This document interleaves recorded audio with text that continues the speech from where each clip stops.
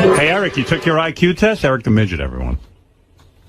Eric? Yes, I did, and it's Eric the actor. Eric the actor who took his IQ test? Yes, I did. How do you think you did?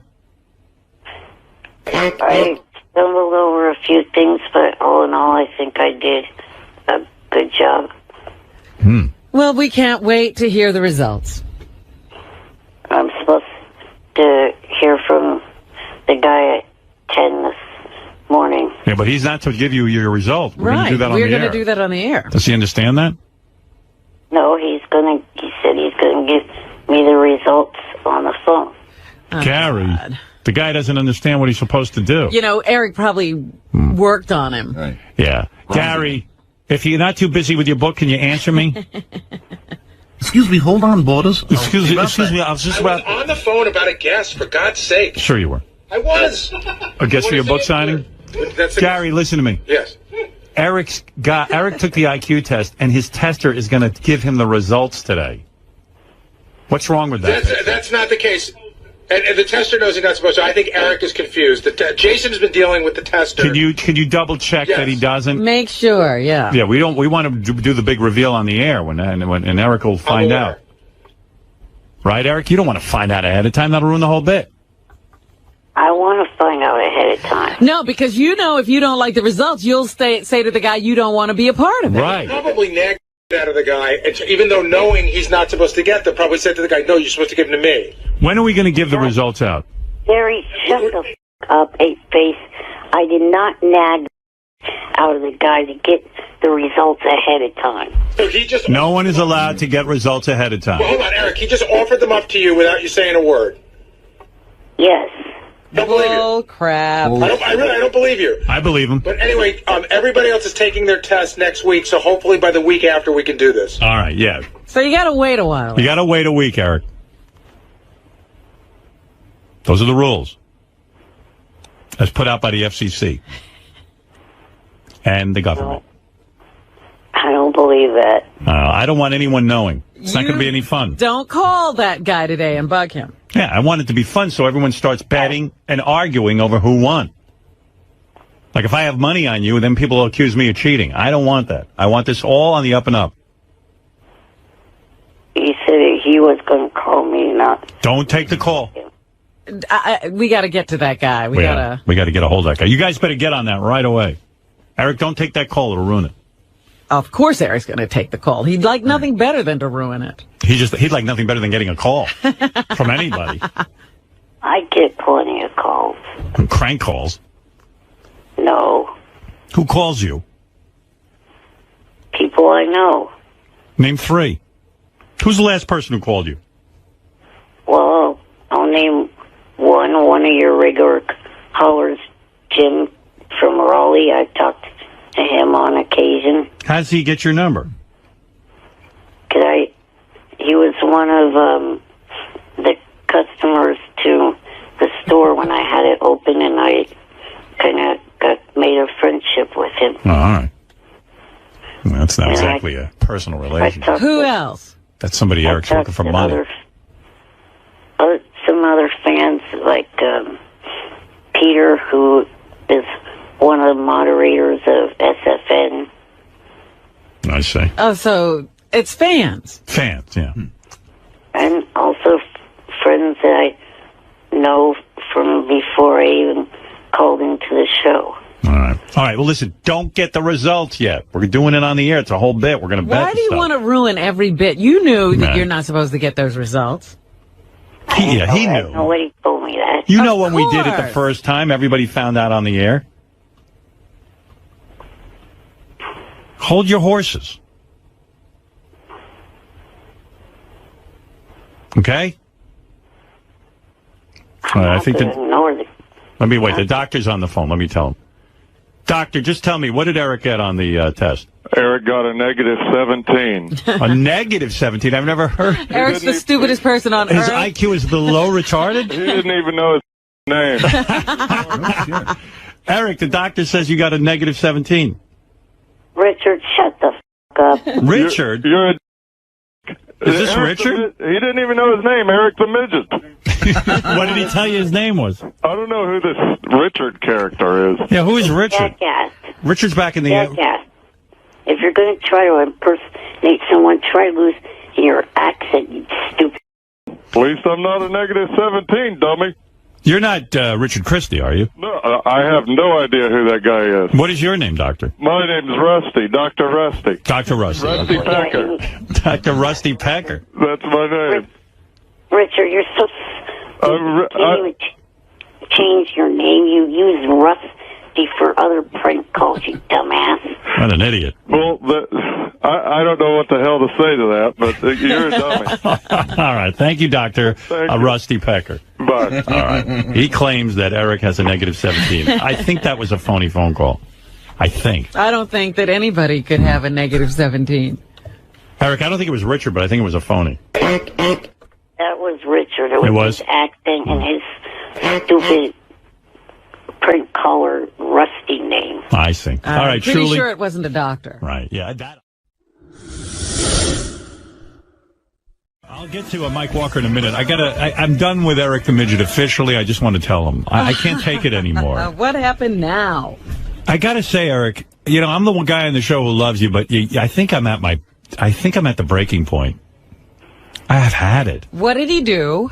Oh, he's such a pain in my ass. Eric, I got everybody here coming to me about you. Let's just forget it. No, I took that fucking test. I sat there for an hour and a half taking that test. I have the right to the results here and now. You heard the first IQ test on the air. I told you, we find out the results on the air. If you can't go along with the game and you're going to ruin it, you just ruin everything. I've tried my hardest to make you part of the crowd. You can't go with the flow. You're just too difficult for me. I don't want to deal with it anymore. Let's be done with each other. No. And He won't even let you go. Let me off the hook with you. I know you took the IQ test. Thanks for being a good sport. Part of the fun is to find out on the air. Why in God's name would we give you the results ahead of time? What possible fun would that be for you to find out privately? The fun is for you to find out on the air. Because if you don't like the results, you're not going to let us have them. I mean, you've been listening to this show a long time. You don't even seem to understand the show and the male camaraderie involved. He doesn't care. He always wants things his way. He doesn't care whatever else is going on. That's what I mean. Eric, we're done with each other, okay? He's not no hard playing feelings in this game. He's got his own game. Yeah, let's end it. Wait a fucking minute. What also happened to this supposed surprise if I took the test? You won't even want the surprise. You're too difficult. It'll never work out. I had an idea for you. I knew something about Jillian Barbary was going down. I was going to hook you into it. But forget it. You're too difficult. Oh, that was the surprise. I had already known about that. But I was getting you involved, genius. No. Yes. She called me and asked me about you, and I was going to hook you into it. I'm always looking out for you. I'm always trying to get you work. I've had it with you. Jim McClure had already called me a couple of weeks ago. Yeah, because I didn't want you to miss out. This thing was dragging on. I'm always looking out for you. And this is your problem, Howard. I'm done with him. I'm done with him. I'm done with him. He doesn't like this thing you were putting together. It's not a surprise. You weren't doing all that much. I wish your head would really explode. It was a surprise when we first brought it up to you when we tried to get you to do the test. And then we had to let you in on it because you're just a pain in the ass, and we didn't want the time to go by. But then we decided you're too fucking difficult. And by the way, you lied yesterday on the air. I said to you, you browbeat the shrink, didn't you? No, I didn't. You're a liar. How many times did he call the shrink? Not. How many times did he call the shrink? I don't know, Jason. How many times you've been calling the shrink? You browbeat him when he was there that day. You said, I want my results now. And he said, I'm not supposed to give them to you. And you said, You're mean. You're a little terrorist. A tyrant. You weren't going to sign the paper. Now, how come when we asked you about that yesterday, you just fucking lied about it? He's lying, you fucking ape-face. I did not browbeat that guy. You don't even know when you're browbeating The someone. results. You asked for them. I asked. You're not the situation. You're the bituation. Eric, this is ridiculous. How would it be a bit? Why would we go through the trouble of taking IQ tests for you to find out ahead of time? You know what? At this point, I don't care what the results are. Bye, faces. He's a bully. He just wants to hang up on us because he knows you're done with him. Well, I can't. I mean, what am I supposed to do? I said, hey, Eric, you want to do the IQ test? Yeah, I want to do the IQ test. I said, okay. All right, great. Look, he could be under control, but you always give in to him. Yeah, I'm not giving in this time. It's crazy. And he's not allowed to hang up on me. I hang up on him. How dare he? I love Eric, I do, but he's so difficult. You know, he wants the results ahead of time. How is that fun? The fun is finding out on the air, as I announced. And he knew the deal going in. Of course. He heard the first one. He only wanted to reveal if he thought he was beating everybody here. Right. He has a personality where he wants to control everything. And unfortunately on this show, I control everything. But the thing is, he only would have released those results if they were beneficial to him. He didn't want to play the game. Right. Anyway, so I give up. For those of you who are anxious to have Eric the midget participate, forget it. And Gary, I don't want any results issued to him either. He can't get them, and we won't get them. Oh, no, we get them. But we won't release them. No, I'm not releasing them. We actually have them, Howard, but I don't know. Jason has them. No one else has seen them. And find me a new midget to work with. Well, I think we should do a contest for a new midget. I really do. Yeah. I think we should find a different And I'll person. get him tons of work. You know that there's somebody else already interested in hiring him for something. Well, f*** him. I'm not going to tell him. Don't. You're not to talk to him anymore. I don't talk to him. He yells at me on my voicemail, and then when I talk to him on the air, he calls me an ape face. You have someone who wants to hire him, right? We have such great opportunities for him. Howard, something that he would die for. Really? Die for. Well, after the IQ test, if he lets us do it, then you'll tell him what it is. And not a minute before. See, there you go, giving in to him again. Don't you want to know his IQ? I can go back there and look at the paper. You know, come to think of it, so could I. But I won't.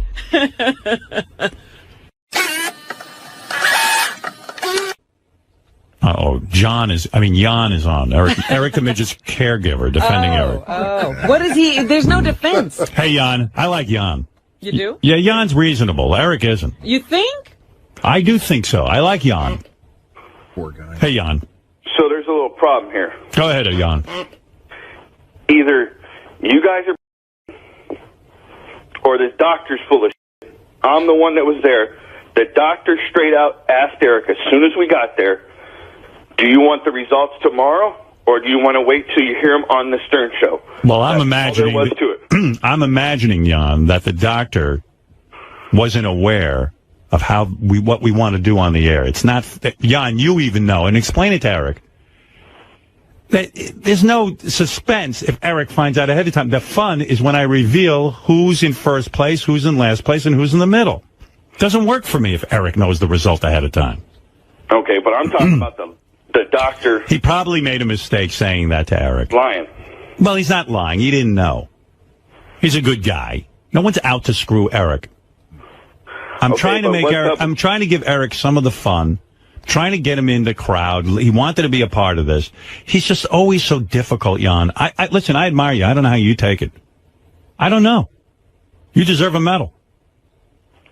So did the doctor say that Eric browbeated him to get the results, or no? I don't know. He said that he did hear from Eric, but listen, that's Gary's interpretation. All I know is, as the guy sitting here hosting the show. No, Gary's a fucking retard anyways. Well, who doesn't know that? But first of all, it's not just my interpretation. It's Jason's interpretation.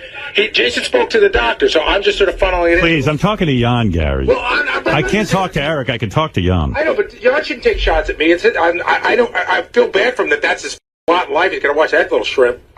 Well, Jan has a tough job. There's no question. Yes, but don't take it out of me. Anyway, Jan. So what is Jan calling to say? Hey, yeah, Jan, what are you saying? If I'm trying to say if that's what the freaking doctor's saying, it's a bunch of anyways.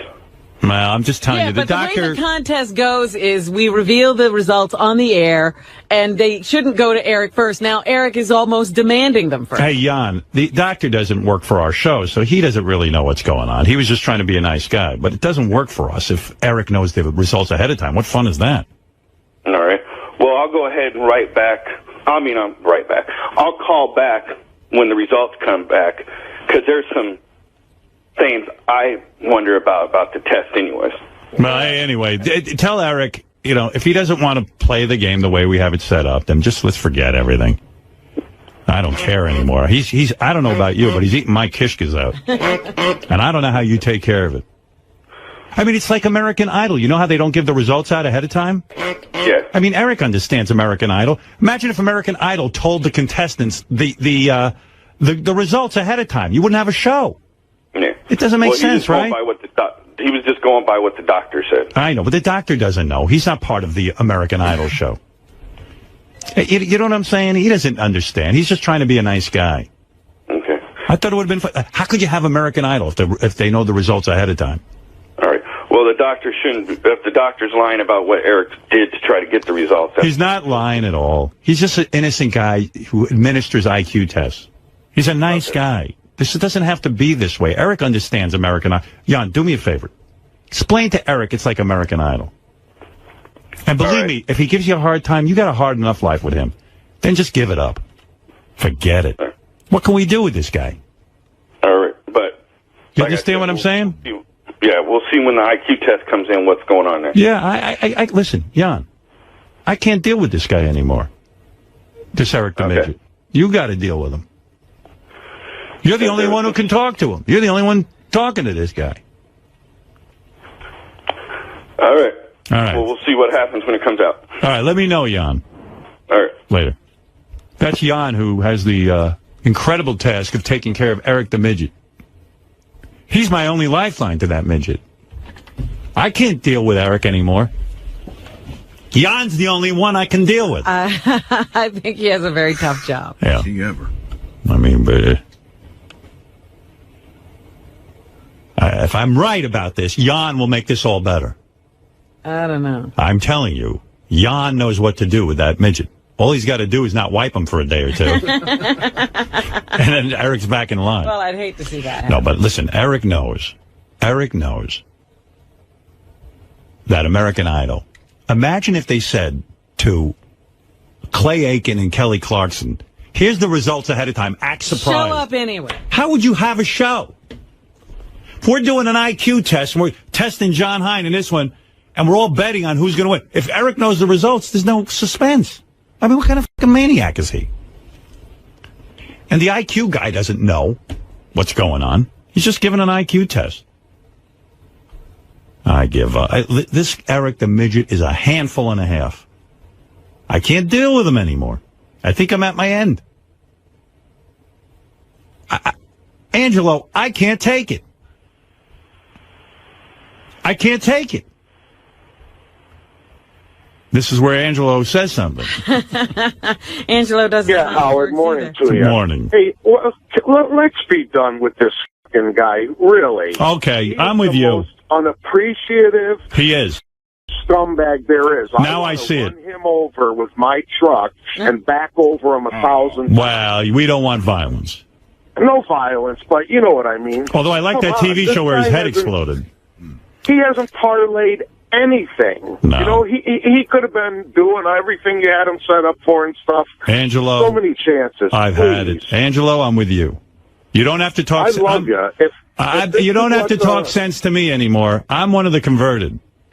How about Monday? Can we please give me your word? Let's have one show before you leave, if you're going to leave, that's Eric free. Eric free. Okay, you got it. No Eric the Midget on Monday. I see Eric the Midget on the phone. I'm just dying Wait a to minute, talk. aren't you done with him? Yeah, I'm so done with him. I can't even tell you. You know, hey, Eric, I got to interview someone, and I'll talk to you later in more depth because I really want to explain to you why I'm done with you, and I really am done with you. This guy heard the bit on the air, the IQ test bit, the first time. He knows exactly how it works. Excuse me. He knew exactly. No, I did not. You don't? You don't listen to the show every day? I was up in Vancouver. Oh, Well, we still told you weren't supposed to get the results. We would announce them on the air. Anyway, you can have Eric, you can have the results. You're no longer on the show. And I'm not kidding this time. I'm done with you because you know it's like American Idol. We don't tell people ahead of time what they got on the IQ test. You find out on the air and we all bet and stuff. And it's fun. And then you argue with all the guys. And you go, I'm going to beat you, and I'm going to beat you. And then I go, Eric, do you think you're going to beat JD? And you go, yeah, I'll probably beat him. I mean, come on. You know the drill. You know the show. I don't see the issue of me having... Eric, here's the issue. We don't care. Here's the issue. You ready? We've done this bit a billion times now. Everybody went in. Gary said this on the wrap-up show. It was beautiful. He goes, everybody went in, took the test, and then came on the air. Nobody had a problem. Nobody had a problem. The one guy who has a problem is Eric the Midget. Yeah, always. And I always assumed Eric was, like, not really that much of a... Oh, no. I really don't know did. how you could have missed it. I'm the only one missing it, but I get it now. You're a major pain in the... I think because of your condition, you've never been socialized, you've never hung out with people. I don't know what your deal is. I have hung out with plenty of people, you and big nose asswipe. Yeah, you see what I mean? Howard, do you really think it has anything to do with like his condition or anything like that? I don't know. I think he's just a malcontent. I mean, there've been other midgets that I've seen on the everybody internet. I know went in, took the IQ test, came on the air, and found out their results. He is on the internet. I'm not participating in this. They lied to me. It's always a problem with this guy. There hasn't been one thing that's gone smoothly. Not Ever. one thing I involved. And this how guy. many years? And I'm done getting him jobs. I'm done with him. Look how done. difficult he made it for you when you tried to get him in touch with that guy from ABC. Oh my God! I mean, that is like a monumental I could thing. put up with everything, but you know what it is? This bit cost us a lot of money. Yeah.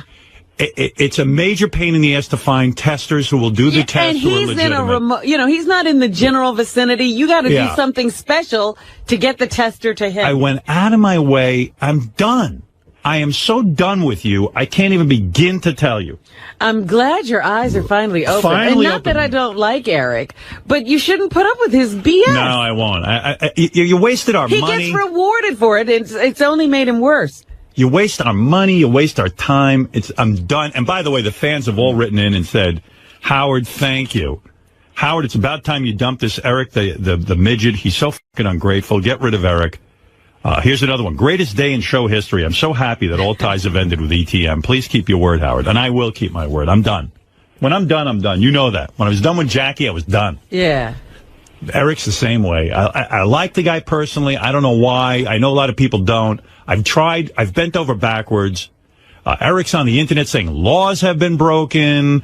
You're not supposed to he has to give me my results. This is medical information. I go, oh my God. I'm done with this guy. He's just one big troublemaker. You want the results? You can have the results, Eric. I don't give a them. I don't want to know your fucking IQ. I don't want to announce it on the air, and I don't want you part of my show anymore. I'm done, okay? So let's say our goodbyes.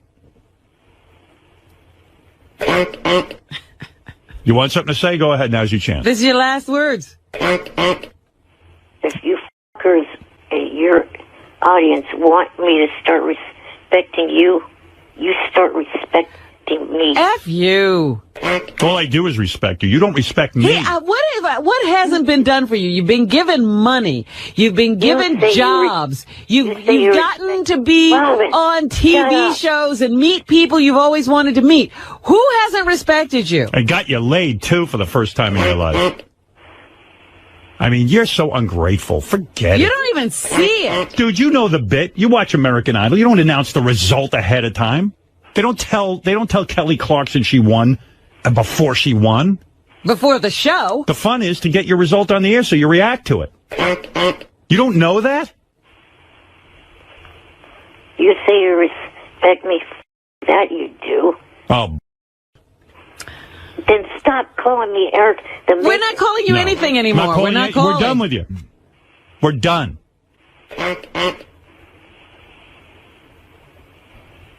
So you don't even have to suffer that indignity anymore. And Gary can get you the results of your IQ test. You can have it. I don't care. I don't want to know your IQ. Sit there with them and enjoy them. Yeah, I'm trying to do something here on the air and try and make it fun. And you're just ruining it. And I wasted all my time testing you. I don't know why I bother with you. You know how we do things. You're not that out of it. And he's carrying on. He's accusing you of breaking the law. Yeah, breaking the law. Hurting him in some way. Yeah. Just go ahead and get your results. Even to get the result, they'll trick me. They'll do this, they'll do that. I'm exhausted from you. Go ahead, have your last word because we're done. You don't have to call anymore. You don't have to be a part of this show. And if you want your result to your IQ test, go get it. I don't care. I'll tell the doctor to give it to you. I'm done. Good luck getting laid on your own. Or anything else. Yeah. And good luck getting work and good luck everything. Since I'm not respecting you. Go ahead. What do you want to say to that? I don't know what to say. I know you don't, because you just eat my kishkas out. I mean, really, this bit is the easiest bit in the world. Have somebody IQ tested. We all go and we get on the air and we give the result. It couldn't be simpler. He's torturing me. I'm done being tortured. Are you that bored that you have to make everything a drama? No. He just makes everything difficult. Yeah. Like, can't you just man up once and f***ing be part of the bit? Do you have to make it all about you and begging you? And I'm done. I don't care what your IQ is. You're so hungry for attention. Everything has to be difficult. I'm sure you have a fairly normal IQ, and it's not even going to be all that interesting. So we're done. I don't want to be bothered by you anymore. Please don't call anymore. Like you don't want things to ever go your way. Listen, dude, you knew the score. You know what the hell. You know what this thing is about. Why are you explaining it to him? Why are you explaining to him? I'm wrong, He's Eric. dragging this out. Once again, you're right. I apologize. I'm wrong. If you need the result to your test ahead of time, Gary will get it to you, okay? Thank you. And it has been nice knowing you, and we're done. Good luck. Good luck on your own. Call Jackie the Joke Man. That's what it's like. Howard, is this goodbye? Yeah, it's goodbye. I'm not kidding. Goodbye, Eric. Say goodbye. Everyone say goodbye. Goodbye. Bye, Eric, before you go, what's 9 times 7? 63, you 8-base fuckhead. What's 9 times 6?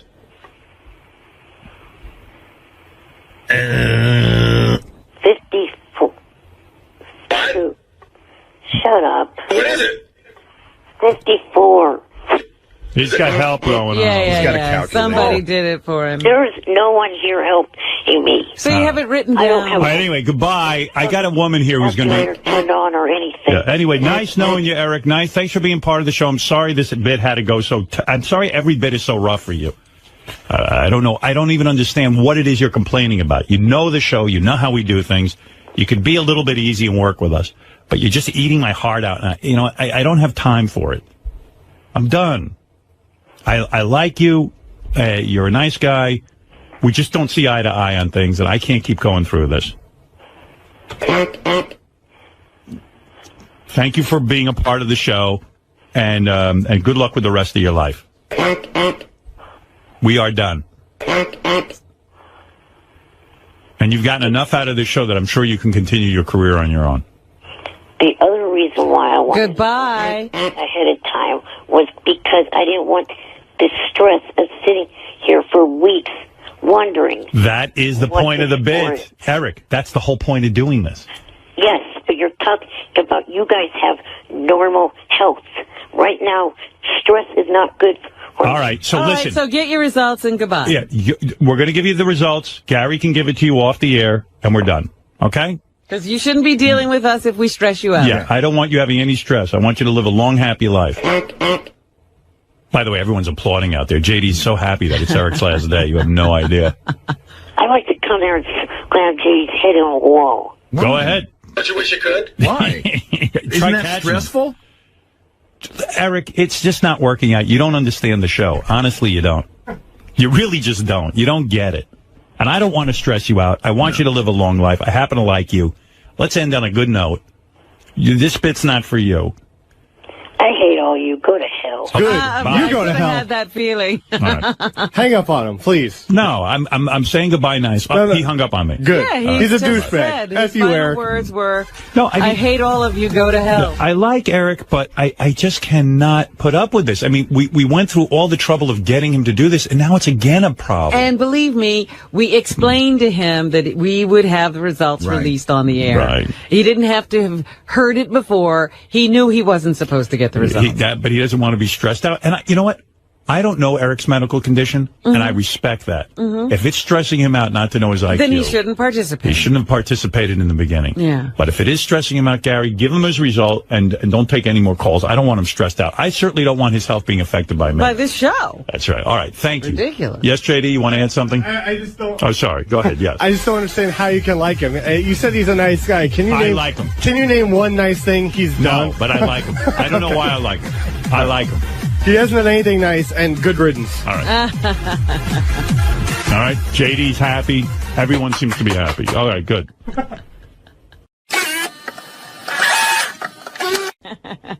I see Eric's already back on the phone, but I'm done. Eric, how am I going to end this with you? You can't keep calling back. We're done. Excuse the out of me trying to keep myself in a time frame of having to have the heart surgery done in 3 to 4 years instead of having it done tomorrow. Well, why are you on the phone? Isn't this stressful for you? Mm-hmm. Yeah. We should be done with each other. I don't want to be your stress. Hey, Howard. Yeah. Eric, I'm serious. Don't yell at me. I want to ask you a question. How come this is all an issue now, but when we first talked to you about setting this up, you never brought this up to us? I don't know. Good answer. You see, the problem, Eric, I'm going to explain it one last time. You said you wanted to be part of the IQ test. You know how it works. We don't give the people the information ahead of time. It's like American Idol. We all get on there and we go, okay, the person with the lowest IQ, the person with the highest IQ, and we all take bets. You know the score. You know how we do it. You know how we do the show. We explained it when we did it. And Eric, just listen to me. Will you let me speak, damn it?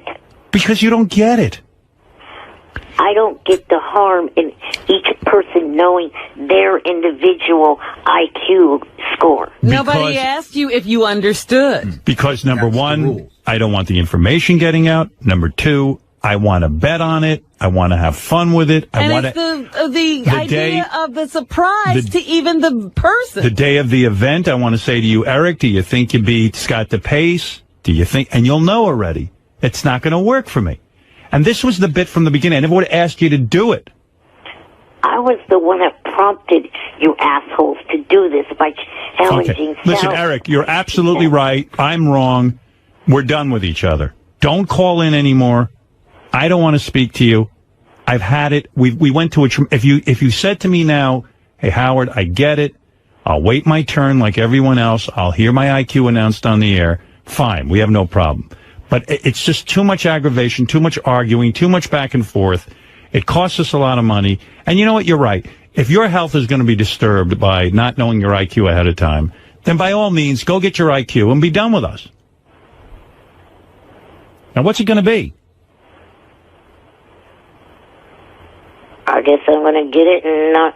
Good. All right. So go get your IQ. He's going to go get his IQ. Okay. So go get it and see it and have a nice life. And trust me, the day you hear that IQ, don't ever call here again because I'm never picking up. Just know it. You wasted our time. You knew the bit. And wasted our money. And you're the only person that we've done this bit now, and you're the only person that's a problem. Jeff the Drunk's not a problem. Wendy the Retard's not a problem. You're the problem. You always have a problem. You can't just simply do it and not be a pain in the ass. High Pitch Eric wasn't a problem. Stress. We get stressed out dealing with you. High Pitch Eric took the test, and we don't hear from him since. You're the only one. Do you see a pattern? No. No. Okay, well, that's what I thought. And I was out of town the first time you did this. Very good. I did not hear how... We told you the rules. And we're leaving out the part also where, forget that whether you heard it on the show, Jason explained it all to you in advance as well. Yeah. So stop lying to us that you didn't know. Yeah, stop that. That's ridiculous. Of course you know. I'm not lying to you. All right, whatever. Anyway, Eric, great knowing you. Enjoy your life. I'm sure other people are going to do what we do for you. I'm sure that you're going to have lots of TV offers. I'm sure you're going to have all kinds of exciting things in the future. I'm sure other people are going to send you to the bunny ranch. I'm sure everyone's going to... you won't be sitting there looking at the wall. I'm sure everyone's going to introduce you to whatever that name of that girl is from American Idol. I'm sure all this will happen for you. I'm sure all your dreams will come true. Nice knowing you. someone did email me on Facebook, asked me if I'd call into a show that they Good. work for. Good. Excellent. Go All ahead. right, so you're all set. O&A. Good. Go on. All set. Jackasses. Go ahead. Go ahead. I wish you well. Let them deal with you. Right. They're much better at dealing with you than I am. Because I've had it. I'm frustrated. I don't know what else to do. Does he think it's us and that other people will learn to live with him? You think we're the nutty people, Eric, and you're normal? Believe me, nobody else would have put up with you for this long. I don't feel I'm at all difficult. I know you don't. I know you don't. Okay. Eric, bye. No hard feelings, and thank you for calling in all these years, and we're done. I'll somehow survive without you. Thank you. Enjoy your life. Yeah, I wish you a long, healthy life. Can't you say goodbye? Bye for good. Bye for good. I mean, what is the problem with waiting your turn to get the IQ test? I mean, what is the problem? It stresses him out. Yeah. There wouldn't have been a fucking problem if the doctor didn't say in the first... Who cares what the doctor said? I told you the doctor was wrong. We're not giving you the result ahead of time. That doesn't make the show work. It's a waste of my money and time. Why can't you get that through your head? I got it. This is a waste of time. I thought he said goodbye for good. What are we still talking? Why didn't you hang up? And believe me, even if he said now he agrees, 2 days later he'd be back again going, I don't agree to this. It's ridiculous. You don't know that. I do know you. I know you like I know you so well. Johnny tells me about you. Hey, hi, Pitch. How you doing? What's happening? Hey, Howard, you know something? You're right. Get rid of this measure because, you know something? I took the test. I didn't need to give you a problem. I didn't need to give the doctor a problem about these test scores. I just, waited patiently and waited till I got the results. That's what they, of course. Hey, Mickey Mouse's retarded cousin. Shut the No, you shut the fuck up. You fucking listen to Howard. Howard's making a big star, and you being a pussy. Hey, you know what, Eric? I probably figure when the results come out, you probably beat Eric. Because you get it, and he doesn't. I mean, Howard, listen, why are you wasting your time with him? I don't know. I'm a masochist, but I'm done anyway, Eric. I learned my lesson. Come on, don't let him rile you up. Come on, get to Steve Langford and do the news. Hang up on him. All right, High Pitch. I'm going to take your advice. Hi, bitch, go eat yourself to death. Go f*** yourself. Go f*** yourself. Fuck your roommate, Jan, whatever his name is. Oh, dear. You're the gay one. You're evil. You're an evil little... All right. You guys done? No, not yet. Eric, take the IQ test. He took it already. It's okay. I don't want. done. We're not I don't need him doing as a that. part of it. It's fine. Oh, and he's the one that's going to beat me when he thinks I haven't even taken it? All I know is you're. Eric, listen, Eric, why do you have Howard results when it happens? Because Eric wants to be different from everyone, High Pitch. Well, he's retarded. If he doesn't want his test results revealed on the show, he's retarded. All right. Thank you, High Pitch. Howard, I love you. Have a great day. Robin, thank you. Congratulations. Thank you. Never Stop thought. bending over and kissing Howard's Yeah. fat ass. Why? Don't kiss his ass. You kiss his. You stupid. If you don't want the IQ test results revealed, hang up the phone. Don't waste Howard's time. Yeah. Why are you bothering me? High Pitch is making a lot of sense today. Yeah, you don't want to be a part of anything we do. You don't like us. Why are you on the phone? I mean, how would Gary treat you like gold and give him a hard time? Oh, yeah, calling me shrimp on air is treating me like gold. Like the ape face did last week. Call me ape face. I got to fight back. Howard, I mean, come on, Eric. Since you've been on the show, Howard Gary's been so nice to you, and you can't do that. That's all right, Eric. High Pitch, thank you. All right, bye. Bye. Okay, Eric. Nice knowing you. Bye. Bye. Right. We're done. Quit calling me. That's how he signs Well, off. that's why I'm done You can't with him. leave on nice terms. We're just No. saying we can't work together. He can't be nice. There's nothing human about him. And he always wants special Fucking treatment. arrogant prick. You're the one that's arrogant. He just hung up. Yeah, I'm arrogant. Yeah, Matt, go ahead. You're on the air. Yeah, hey, Howard. I think you're handling this just right, Matt. Like, Eric is really not thankful, and that's the only endearing thing about him, really. Right. Is the fact that he'll never say thank you and that he'll never appreciate anything. Can I ask you to extend this ban, though, to Johnny Fratto as well? Like, I hope Johnny, I don't have a really problem been with. paying you some money behind the scenes to get on the air over the years. You know what I'm saying? I like Johnny, but whatever. No, Anyway, well- I'm done with Eric. I just think he can't do the IQ test because he's going on gay holiday pretty soon. You know what I'm saying? All right. Thanks, Matt. Thanks. Holy mackerel. Eric, the former Stern Show caller, the midget apparently thumbing his little nose at yet another opportunity late last week. Johnny Fratto imploring the Tiny Terror to take an offer to do a part on a cartoon, but Howard 100 News listening in surreptitiously as Eric the midget offers up his usual outrageous obstructionism. An exasperated Fratto finally asking, do you just want to be a handicapped man in a wheelchair for the rest of your life? All right.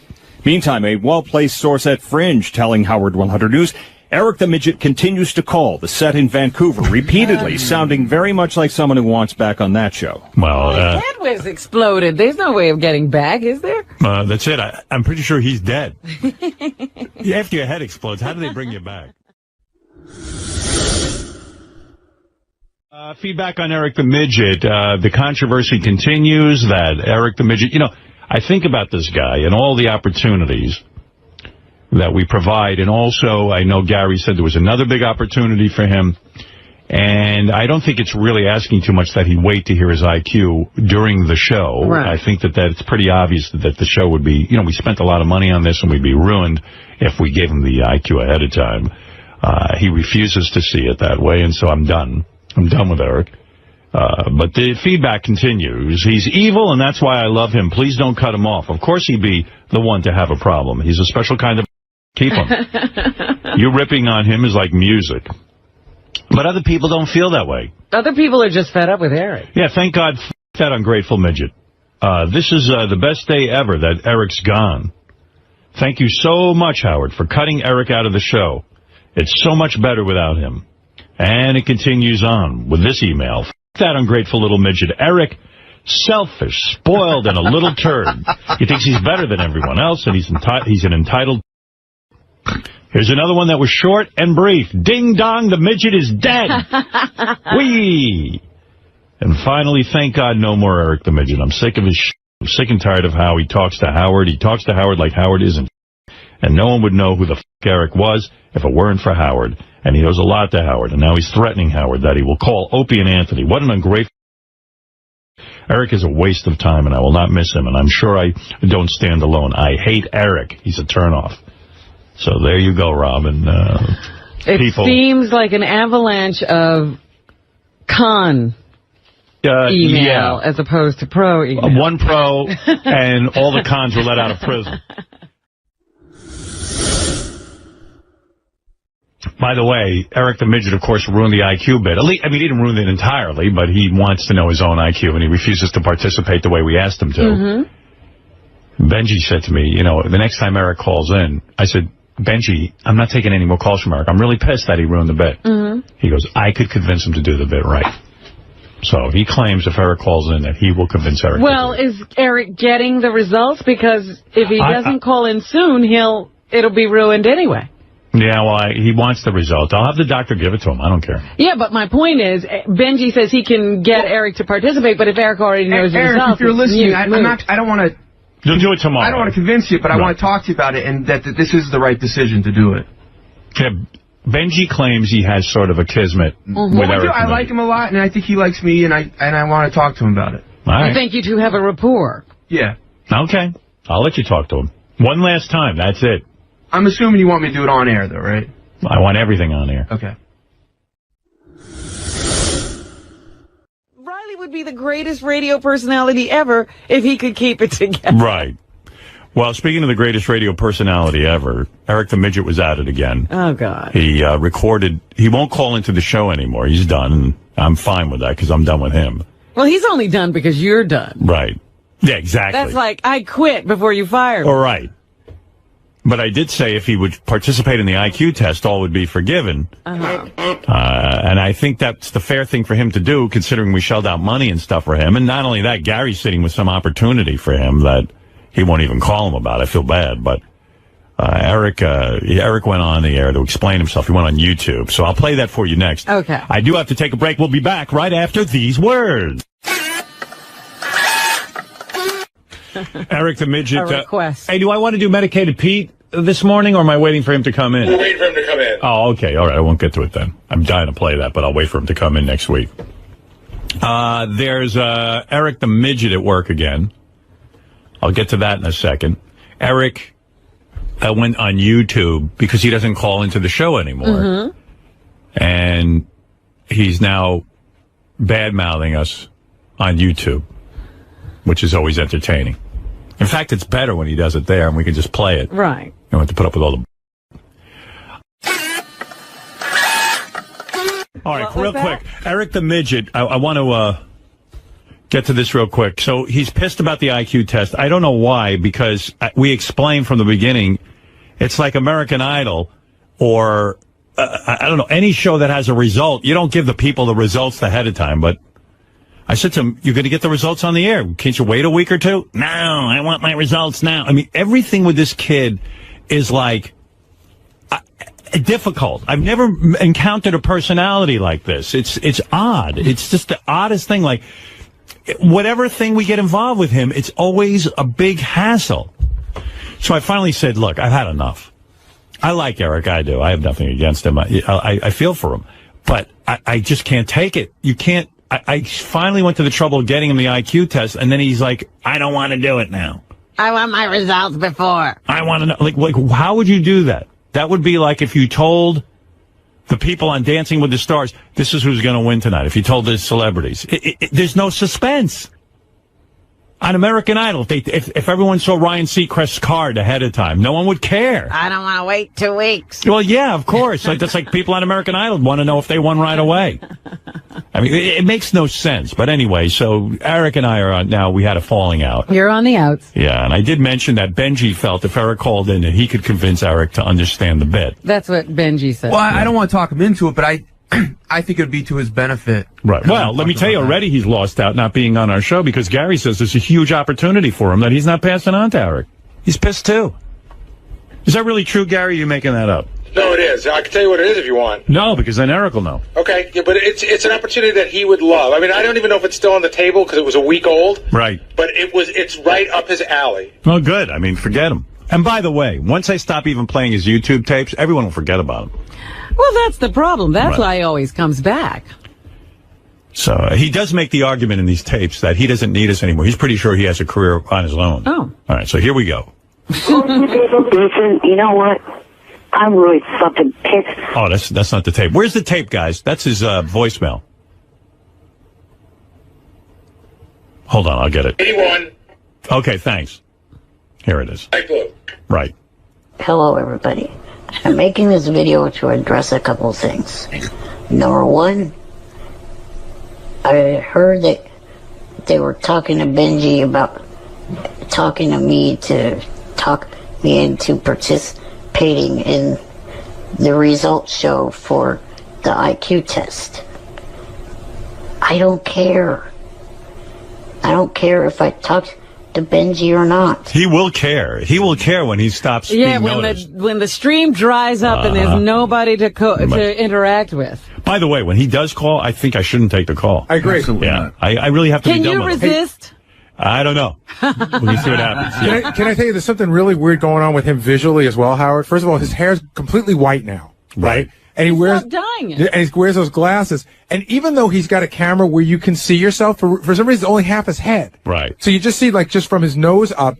But he looks like Lyndon Johnson when he gave the speech that he wasn't going to run again. He's literally aged 20 years in the last week. I do not want to go back to that overly arrogant-filled show. It's a bunch of arrogant pricks that only care about themselves. Sounds like he's talking about himself. They don't respect anyone other than themselves. And I'm tired of being verbally abused by them. And I'm tired of being verbally abused. Well, I'm tired of being abused by him. Right. Who's more verbally abusive than him? Yeah. By the KISS fans that he has. I've had enough of it. I've had enough of him saying he'll do a bit and then going backpedaling. So I don't feel like talking to Benji. I'm not going to call in to talk to him. He will. Period. You wait and see. He won't even last the last 16 shows without calling them. That's right. No matter how many of you request me to do so, I don't want to participate in any part of that show ever again. Period. All right, then he goes on with where he thinks he can succeed without us. All right, I like to hear that. Right now I'm at the point that I feel that if Peter Dinklage can become a successful actor with Peter Dinklage can act.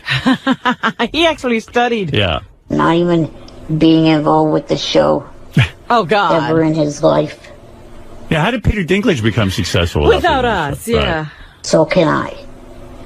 If Marty Klebel is really, he's been working his entire life, Marty Klebel. I know Marty the Midget. Yes. Marty's AKA done this show. Yeah, wait, let me back up. I'm talking. the midget. If Marty Klebel, a.k.a. Marty the Midget, can leave the show for whatever reason he left, it was Marty is better looking and can dance. The terms are bad, and be in a bunch of movies and TV shows, so can I. Good the luck. same goes for the other little actor, Tony Cox. He never had any involvement with the Stern Show, and he appears in TV shows, movies. You know, he just recently he's going to be in an episode of Psyched. And also... First of all, I bet you I know Marty knows what 9 times 7 is, number one. Number two, Marty is a dancer. Marty the Midget. Only that the Roloffs have their reality show without being involved with Stern. The little couple, they got that reality show without being involved with Stern. And the guy that plays the chief medical examiner on the original CSI, a double amputee, he never got involved with Stern to get that role. That's right. So I feel I do not have to be involved with the show anymore. Yes, you do. Well, how did you get your roles, though? That was your Just way. give it up. I'm done. And everyone in Hollywood says Marty the Midget's easy to work with, which I know because I've had Marty on the show Marty's many very times. cooperative. Marty's easy and fun. Yeah. Well, anyway, there's Eric's response to all of this. As you know, Robin, he is very, very, very irate and angry because we asked him. What is he doing using the midget term? Marty the Midget, he just... Yeah, that's not right. I'm going to get me a new midget for this show. You wait and see. Done with him. Well, I'm going to give you everyone who was in it. I'm going to review the results of the last IQ test. Eric the Midget is not a part of it. I'm sad about that. I wanted him in it. Yeah, that would have been fun. I really think he's being unreasonable. I really do. He has not relented. No, and you know what? He'll get the results for his IQ test privately, and that's it. What is it? I have 11th hour demands. Yeah. We do have a shot at getting it back. But What is he? What's the demand? Let me see. Because I'd like him to participate in this. Well, let's see. Hey, Johnny. They start off okay, and they just get more ridiculous. The whole IQ test thing is driving me nuts. This prick doctor still has not given me my results yet. Yeah. But you want him off the air, and I'm holding out hope that you'll do it on the air and be a mensch because we cost us money and stuff. Yeah, I like a man of his word. Eric's not being a man of his word. I've called the guy twice last week and once this week. I know that they are going to give out the results on air. I was maybe considering making one final appearance to get my results under these terms. One, that during the call, no one at all can call me Eric the Midget. All right, I can work with that. All right, I'll do that, even though I don't like being bullied. Okay. They have to show me respect by calling me Eric the actor. Well, he called Marty a midget. That's true. All right, but number 2, I could still work with that. 2, no on the line can get on air. What does that mean? How do you know who's an... In other words, he doesn't want you to take calls while he's on the line. All right, I can live with that.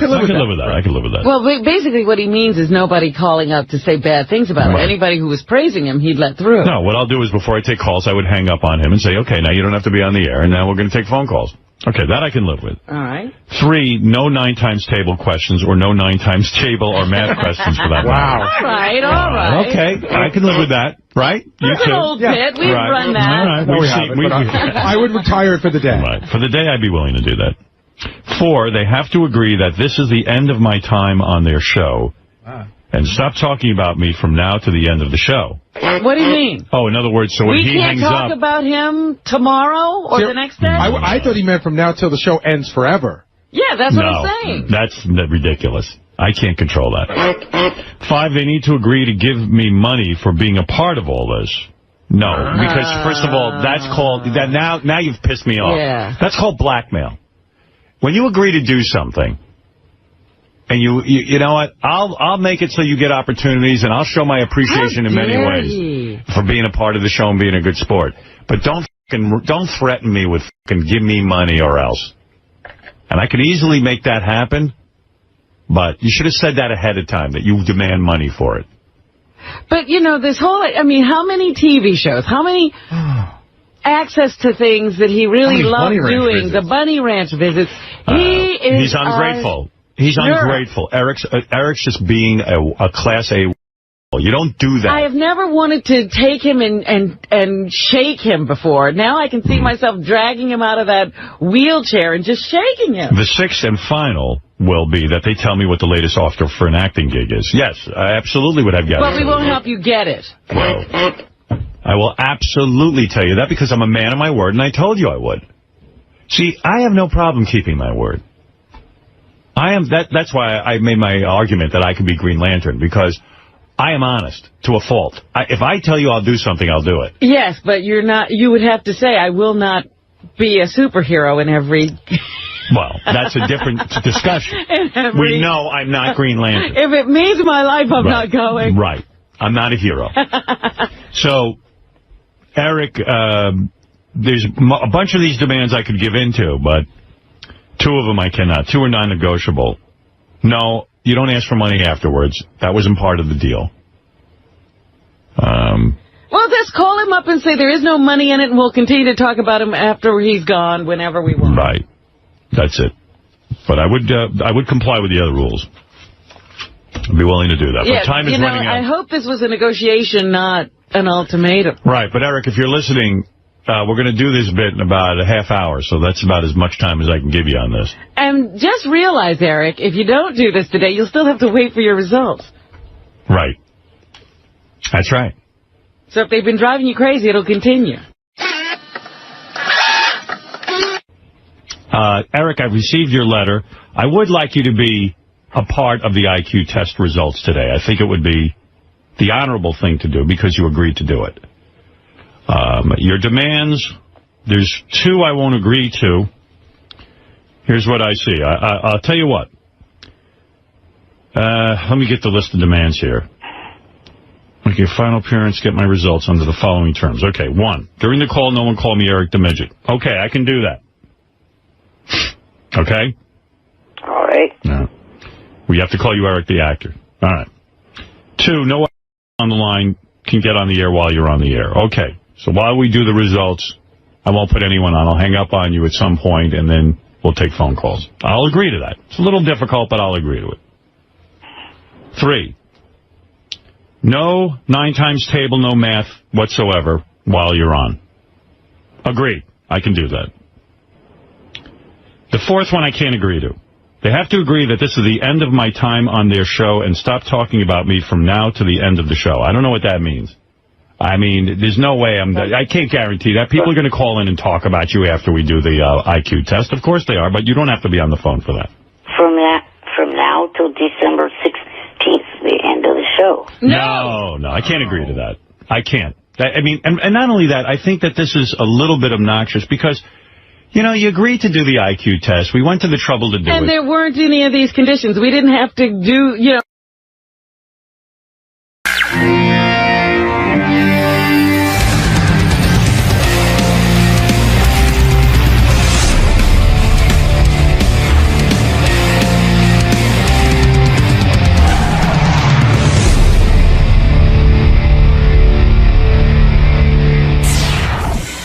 It's me, Ross Matthews. I cannot believe I'm on Howard TV. I cannot believe I'm on Howard TV. I watch every day, every week. I'm going to be watching myself on repeat. I'm here in the Howard 100 101 compound to promote my book, Man Up.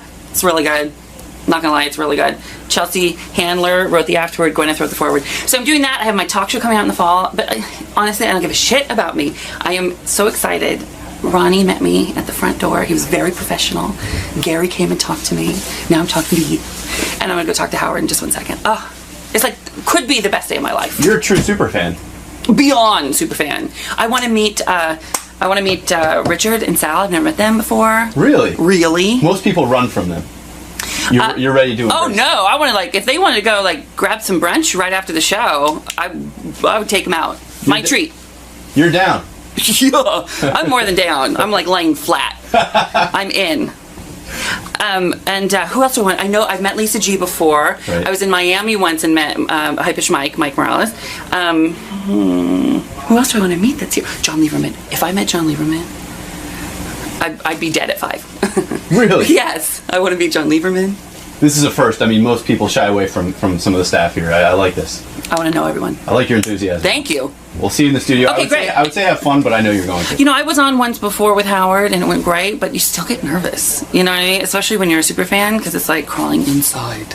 You're going into the lion's den. Yeah, I'm fine. I'm good. I'll be good. All right, we'll see you inside. Okay. Howard, just a couple things I got from Ross in the green room. Yeah. He's a huge super fan, watches Howard TV. He goes, listen, I don't care. He goes, but I'm not really, he goes, I don't care what Howard calls me, but I'm trying to move away from Ross the intern to be Ross Matthews. He's like Steve. And the thing about, he's got a talk show that's starting in September. Half-hour talk show on E. Right.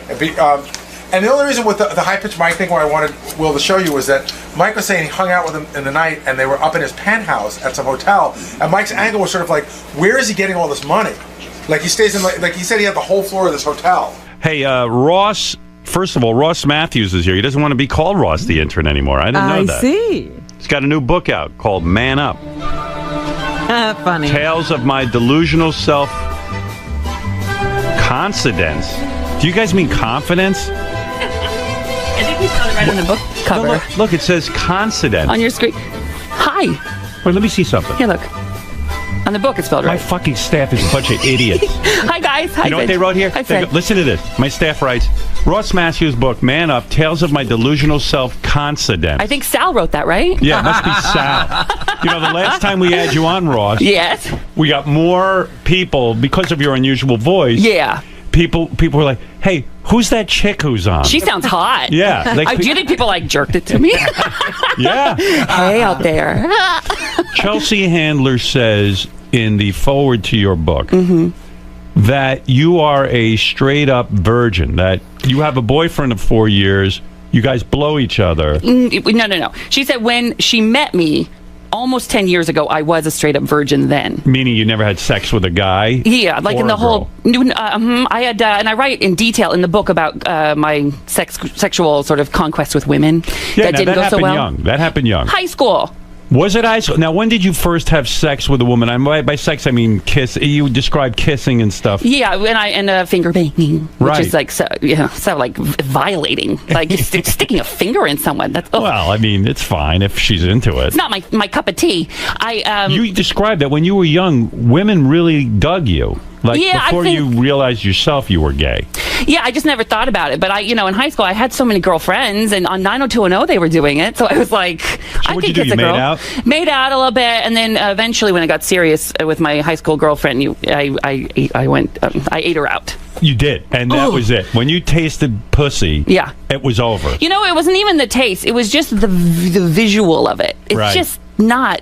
That's when you knew you were gay. It was like a ding dong. Yeah, but you say you knew you were gay when you were singing Barbra Streisand in the shower. Did you really go through the book? Yes. I cannot picture Howard's. I can't believe Why? you held my book. I guess it blows my mind that you would go through my book. That is like the biggest honor. Well, you would describe that I'm one of your big influences. You described that Kathy Lee Gifford is a big influence. And two other people you said. I say Jay Oprah Leno. and Jay Leno. So yeah, I mean, one of the things is not like the other. I mean, I know they're not your favorite people, but you are. I've listened for so long, and I watch Howard TV every day with my partner Salvador, who's listening live right now. So, what is your sex life like with Salvador? It's good. But there's no anal? No, there is. Oh, there is? Yeah. So Chelsea Handler is wrong. No, she writes, when she met me 10 years ago, I had never had penetration. And so what she writes in the afterword is that she had to give me the confidence to be able to take my clothes off around Because you people. were heavy. I was heavier. I'm like a big gay clown. There's nothing really, look at me, Howard. There's nothing sexy about me. It's not like... You lost weight. You became a spokesperson for Weight Watchers, Jenny right? Craig. Jenny Craig. Mhm. Are you still a spokesperson for Jenny Craig? No, that ran its course. And That's a lot of do-re-mi, isn't it? You know what? Yeah, it was pretty good. It was good. Isn't it the best thing to be paid to lose weight? There was a lot of pressure for me, and I felt like I couldn't keep it up. My body can't be my job. I can't guarantee in a year that I won't shift my priorities and be able to keep weight. It's hard, and I felt like this is not my job. My job is to be funny and entertain people, and my body can't be my job. So Chelsea Handler gave you the confidence to say, even though you're heavy, you're all right to take your clothes off in front of your boyfriend. Yeah, no one else gets to know. No. Do you ever get in a bathing suit? Yeah, with him. Yeah, but Yeah. I'm saying, when you go on vacation, do you ever get into a thong? And Not a thong. We have a house in Palm Springs, and I go in the pool, but I make sure the gate is locked. No neighbors are dropping by. Yeah, gay or straight, I lock the gate too. I don't want anybody seeing me. You're not going to be on Splash? No, there was interest there, and I was like, get fucked. I'm not taking my shirt off. Have you ever seriously tried to get super ripped and in shape? Like Perez Hilton just got in shape. Yeah, he looks great. I just don't think that's possible for me. Can you imagine with this voice, if I just, do you want to see my body? When you were young and you were banging finger banging these chicks and stuff. And it didn't happen a lot. It was like Was your voice like this, or were you putting on an affect to sound more manly and fit in? No, this is just always it. I write a whole chapter in the book about the voice. There was a certain point where I say, TikTok puberty's not coming. Right. So I love it. And I had to just love it. This was always your voice. This was always your manner of speech. I sounded the same at 5 years old. And these girls didn't know you were gay? It was a different time, Howard. I write. It was before Will and Grace, before Queer Eye. Nobody really knew. And People didn't know gay people? No, we did. But I mean, it wasn't really an option. I didn't know what it was meant to be a grown-up, successful, happy gay person. I didn't see that, No. So it's not like I could identify with that at 14. I just kind of felt different. There's a lot to this book. Ross Matthews. I didn't know you don't want to be Ross the intern anymore. Well, it's not that I don't want to be. I love it. Just they haven't called me that in 4 years, and I kind of feel, I'm 33. I'm the Beeve. At a certain point. I'm getting my own talk show in the fall on E, and Now, Chelsea Handler got that for you? She produced it. We created it together, and then with her team, and then Is it going to be every night? It starts weekly. Weekly, once a week. Now, Chelsea put Whitney Cummings on once a week, and it almost wasn't enough. Like when you're on once a week, it's really hard to catch on. You know what I mean? I'm worried about that, but this show that I'm creating is, I think there's so many shows that look at pop culture and tear it down and say, isn't that stupid? Isn't that stupid? I love this stuff. I've loved this since I was a kid. You love gossip. You love pop culture. I love all of it. Yeah, I love it too. And I want to create a place that says, you love it, I love it, let's talk about it. So when I have Gwyneth Paltrow on as a guest, I'll interview her in the next segment. I'm going to be in the audience, like Oprah did back in the day. Right. And the audience can ask her questions. We'll Google chat and Skype people in, and so people in Nebraska or wherever. So it'll be like a big town hall. Exactly. And the soup, for example, I was just watching that last night because I got up at 2 a.m. and I couldn't sleep. The soup was on. They tear down pop culture, right? They do. That's their and it's thing. funny, and right. I don't want that to go away. I watch that. I think it's hilarious. Chelsea, we do that on Chelsea's show. But if you watch on Chelsea's show, I come at it from a different point of view. I'm always, if Britney does something stupid, I'm disappointed in her. Right. It's not that she's a dumb, stupid bitch. She's better than this. You know. You love gossip. You love that kind of thing. Now you became best. I read in the book. You became best friends with Gwyneth Paltrow because you were doing your gig on the Tonight Show. You were on the red carpet, and Gwyneth Paltrow's on the red carpet, and you strike up a friendship with her. Yeah. I said, will you be my best friend? And she said yes. And you really became her best friend. Yeah. Isn't that weird? Fucking amazing. And she emailed me the next day. I mean, I was in college in my dorm room. Yeah. I pressed refresh, and there's an email from Gwyneth. Wow. It just was. That's why I wrote a book, because there's so many crazy, ridiculous things. But it was weird. Like not only, I mean, like it wasn't like she just said, "I'll become your best friend." She said, like, "Hey, let's hang out," and you went to her house and hung out with her and the whole thing. Yeah. Isn't that kind of strange? Yeah. And what do you do at Gwyneth Paltrow's house when she invites you? Like, where did you go? You went straight to her home after she emailed you? No. So we emailed for like 6 months, and then I was kind of like, is someone playing a joke on, you know? Right. Is someone pretending to be Gwyneth Paltrow? Yeah, like, right. Because that would be the meanest thing to do to like this like stupid intern. Yeah. So like it'd be a pretty great joke actually. Right. So I said, well, I like called her bluff. You know, it was my first internet date, my only internet date. I was like, let's go to lunch.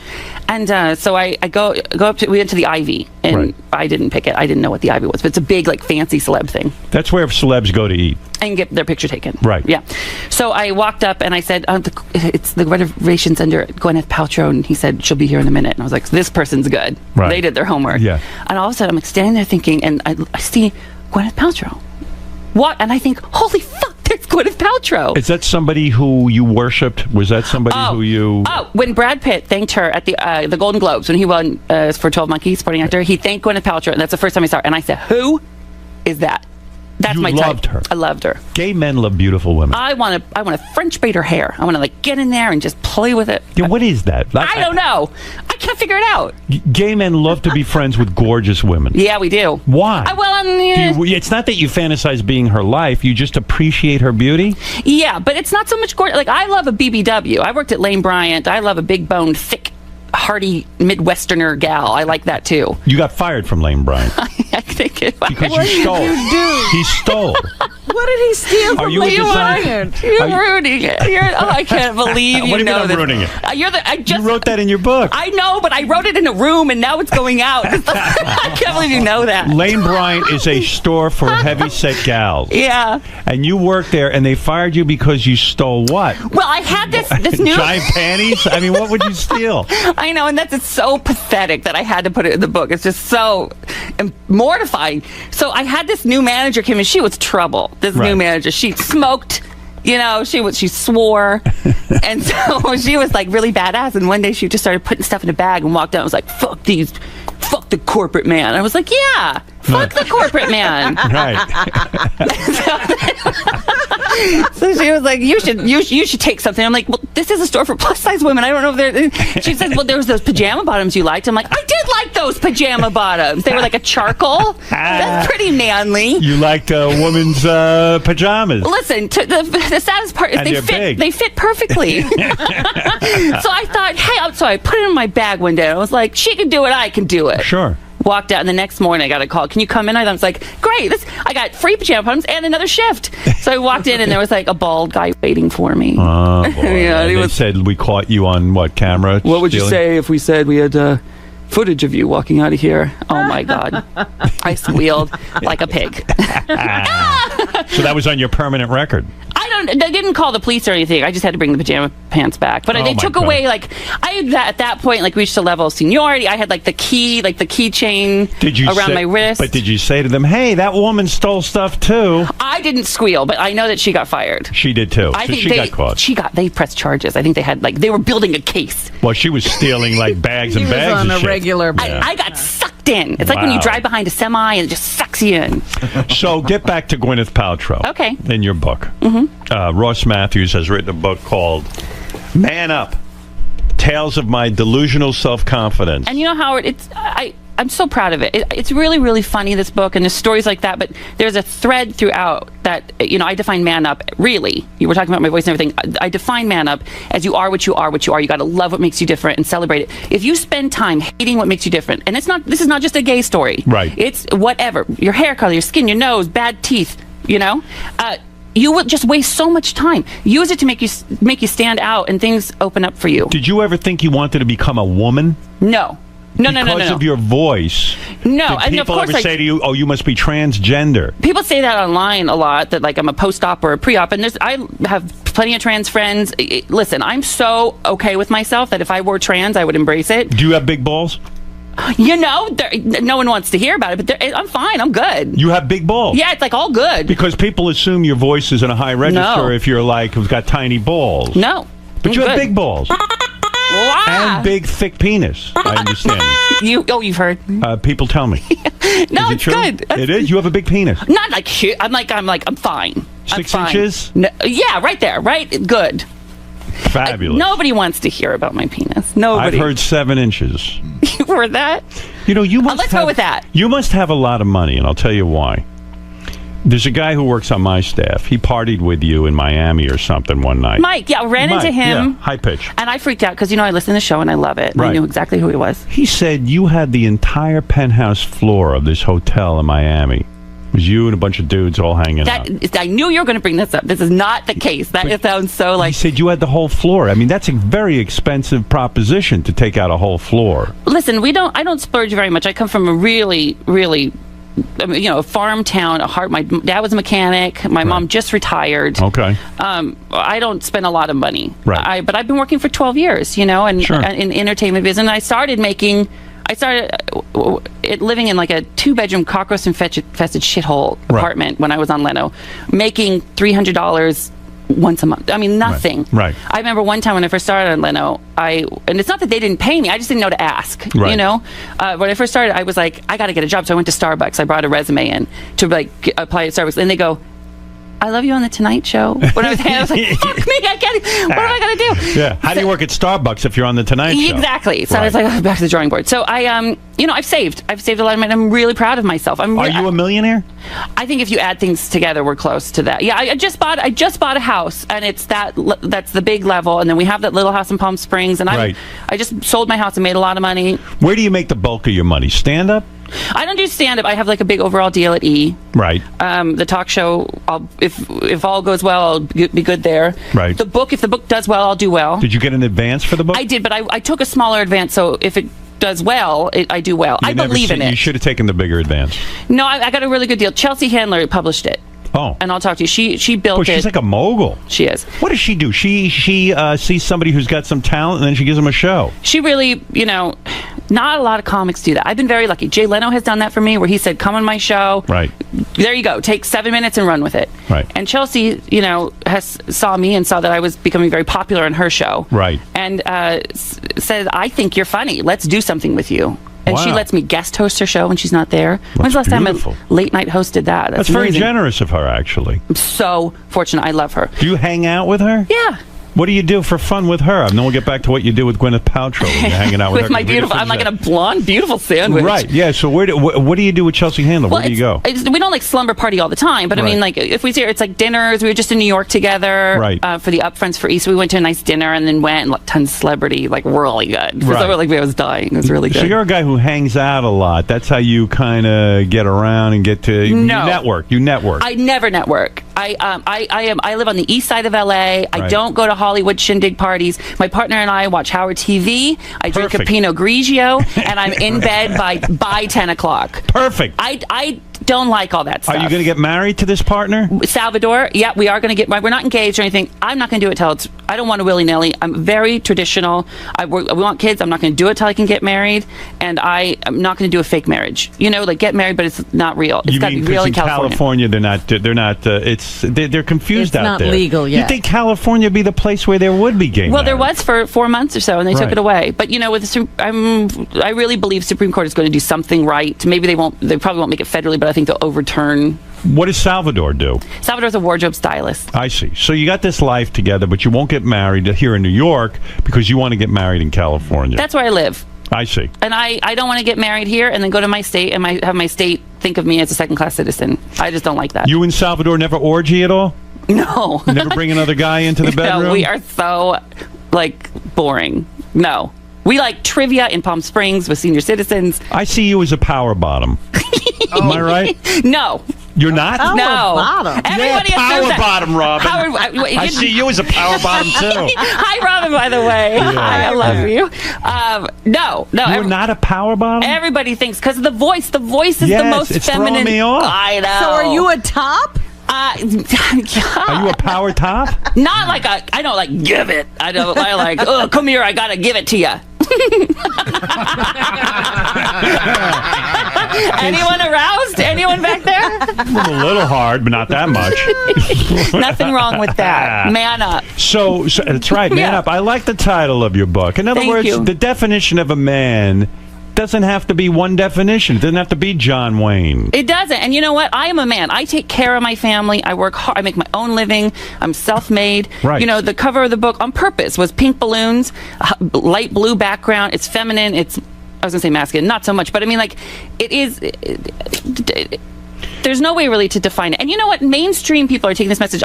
Just a teeny plug, a teeny. Go ahead. Target. I partnered with Target. There are 8,500 signed copies. I signed 8,500 copies with a Target bonus chapter, and it's available in all Targets. There's a limited amount of those, but the book is available. A mainstream store is partnering with me with this kind of message because it is a universal message to man I'm proud up. of you. That is good because Target and all these conservative companies, if they're getting on board, that's good. It'll make the gay image more mainstream and more acceptable, and then everyone will be happy and no one will have to fucking hide in a closet. And I'm really proud of and not to my tutor, but I'm really proud of the kind of gay person I am because, and not that I'm proud of all gay people. You're proud of yourself. You don't hide it. Exactly. You're not looking to trick some woman into bed and live a closeted life. And I want a monogamous life with my partner, with kids and grown up, and not apologizing. I never apologized one time in this book. And I think... So you're telling me, according to what Chelsea Handler's saying... What? How old were you when she met you? I was probably 24, 25. 24, you had never fucked anything. Anything. You had never even gotten a blowjob from a guy. No, that. But just you'd like, done. yeah, okay. But you'd never entered a man, and a man never entered you at 24. So Salvador was the first guy to enter you? Yeah, I mostly don't do that, but we have done that. You have done it. So Salvador. Yeah. Hey, Sal. He's listening. Yes, Salvador. Sal opened up the back door. Oh, man. It didn't go great. It didn't. I don't... Duty. Right? You cannot point at me and say duty like that. No duty. When you say it didn't go great, what went wrong? No, it's, imagine that. It takes a second. You got to work things out. He didn't ease in. No, it doesn't feel great at first. You got to It's tough. And why are we talking? What? Anal? Everyone's obsessed with anal. Everyone. Get Ronnie in here. Ronnie loves anal. He loves anal. Ronnie knows how to get it done. He watched a lot of porn and he learned. He knows. You got to ease it in, he says. I don't watch a lot of porn because I get obsessed with it. I'm like, I saw that comforter at Crate and Barrel. I get You know what distracted. it is? You're a romantic.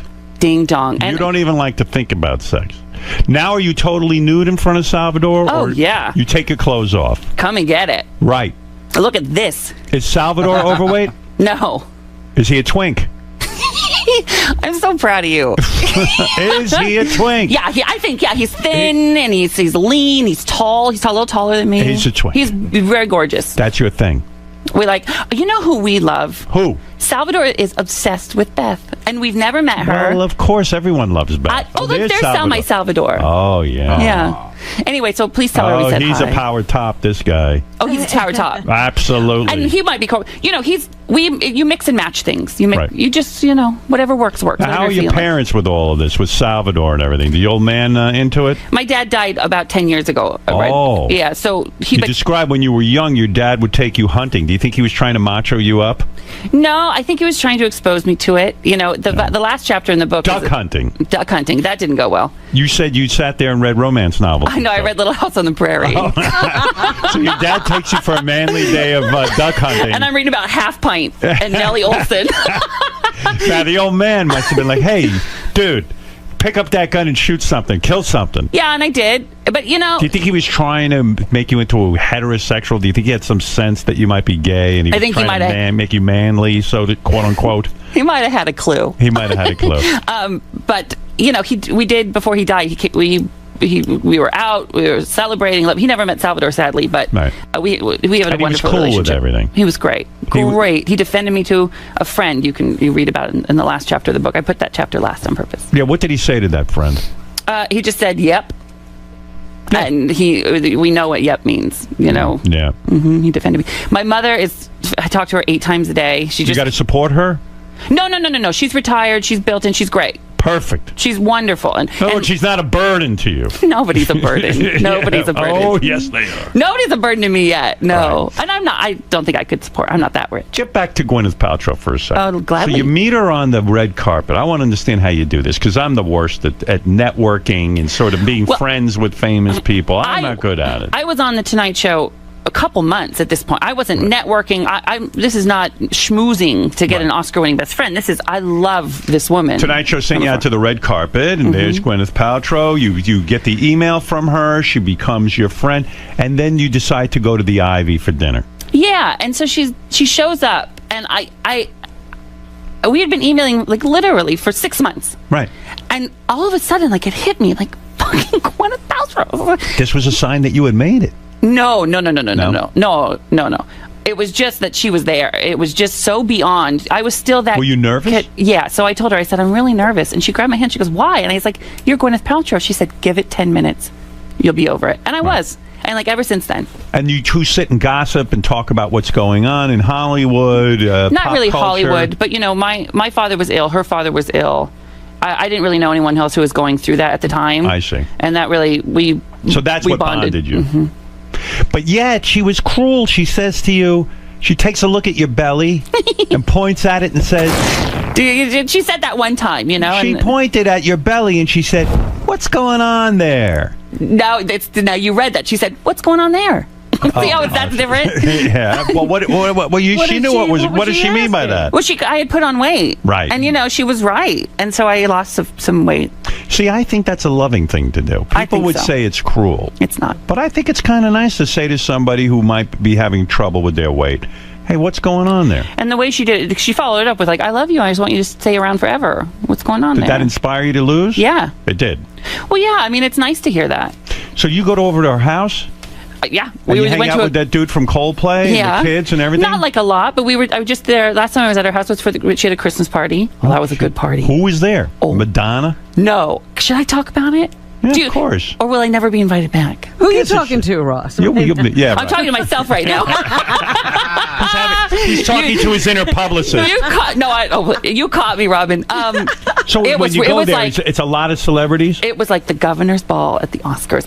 Honestly, I was counting the Oscars in each room. What do you wear to the party? Did you dress up with a bow tie and a... No, Salvador did. I wore a velvet charcoal gray jacket. I can't believe I remember what I wore. Well, it's a big event. Oh my God. Right. And like a red, like holiday-ish kind of tie. It's exciting. I talk about it. Jimmy Kimmel has a party for me, and celebrities come, and George Clooney was there, and all that. Very exciting, right? Especially for someone like me from Mount Vernon, Washington. I guess we're all from somewhere, but I've always just so when Gwyneth invites you, does she say to you, "Listen, don't forget you're from Mount Vernon, so don't be like sort of felling all over these people, and try not to embarrass yourself." She knows I have like some decorum. She knows I'm together. Right. When you see who is the most famous person there besides Gwyneth? I mean, there was like a Reese Witherspoon. All right, so when you see Reese Witherspoon, do you go up to her and go, "Oh my God, I love you"? No. I do that on the car. You know how it's a little different. You say things on the radio maybe you wouldn't say at home. Right. I do things on TV that if I see Reese Witherspoon in a Starbucks, I'm not going up to her and like, "Oh my God, I love you," in a camera and I think,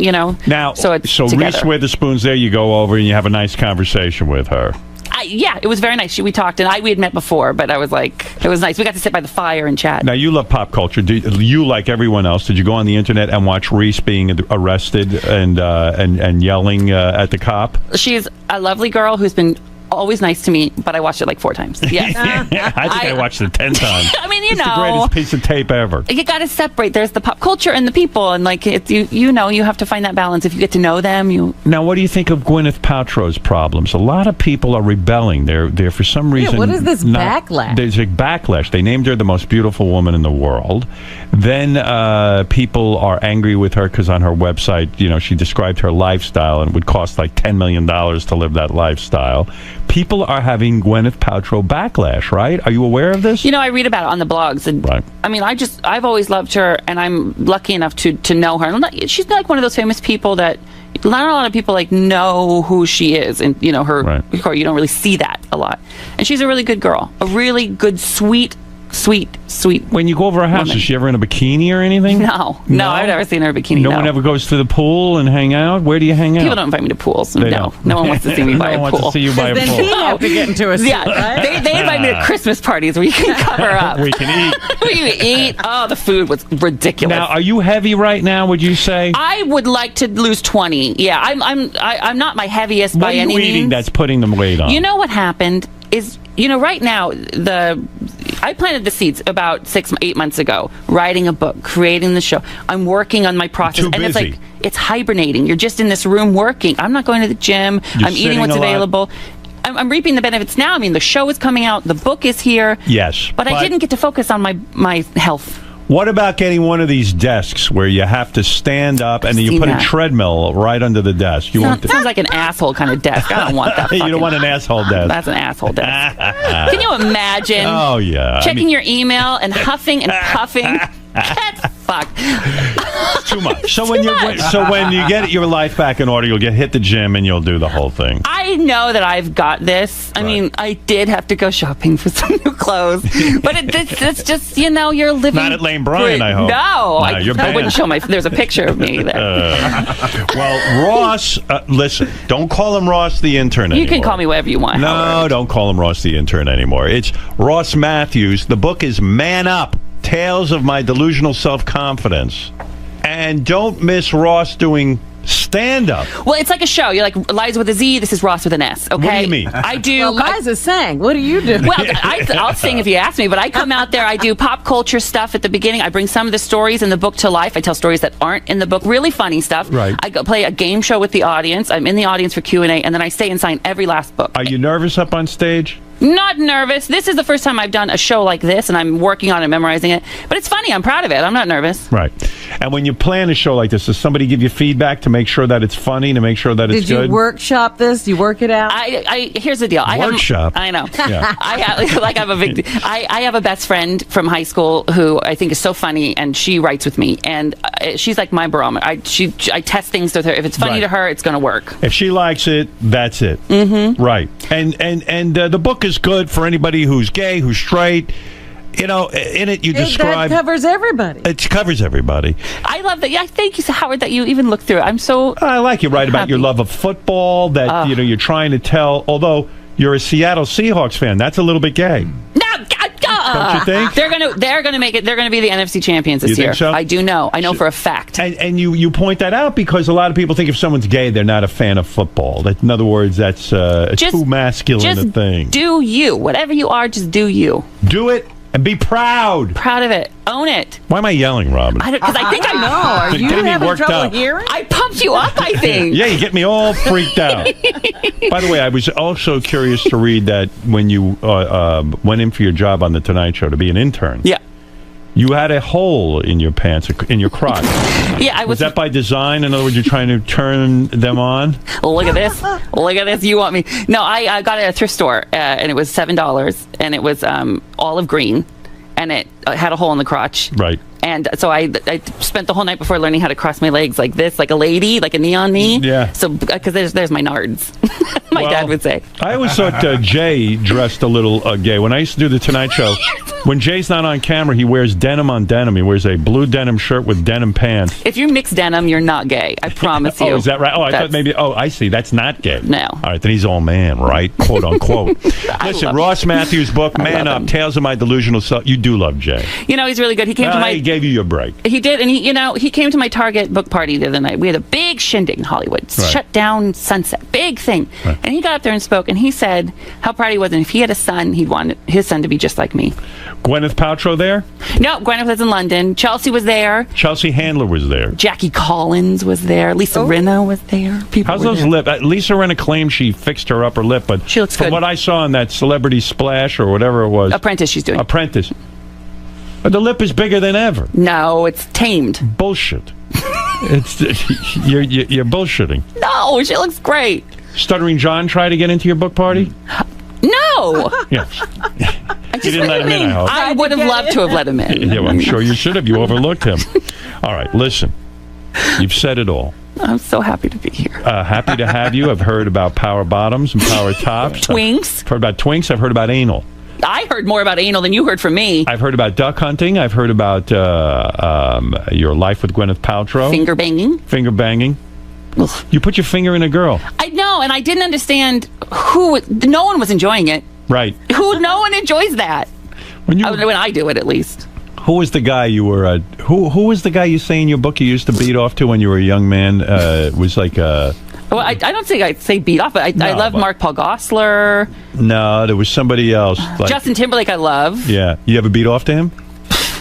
It's so good. You have to admit. So you close your eyes and you think about Justin Timberlake and you beat off.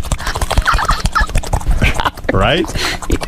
I mean, who wouldn't? Everybody does. Everybody Robin, does. you ever beat off to Justin Timberlake? No. Robin, you have to admit, though, it's pretty would good. go on between you and Justin Timberlake? You want me to go describe it? Yeah. I would, I think I'd let him wine and dine me a little bit. Right. I'd play hard to get at first. Right. You're not getting this. Right. No.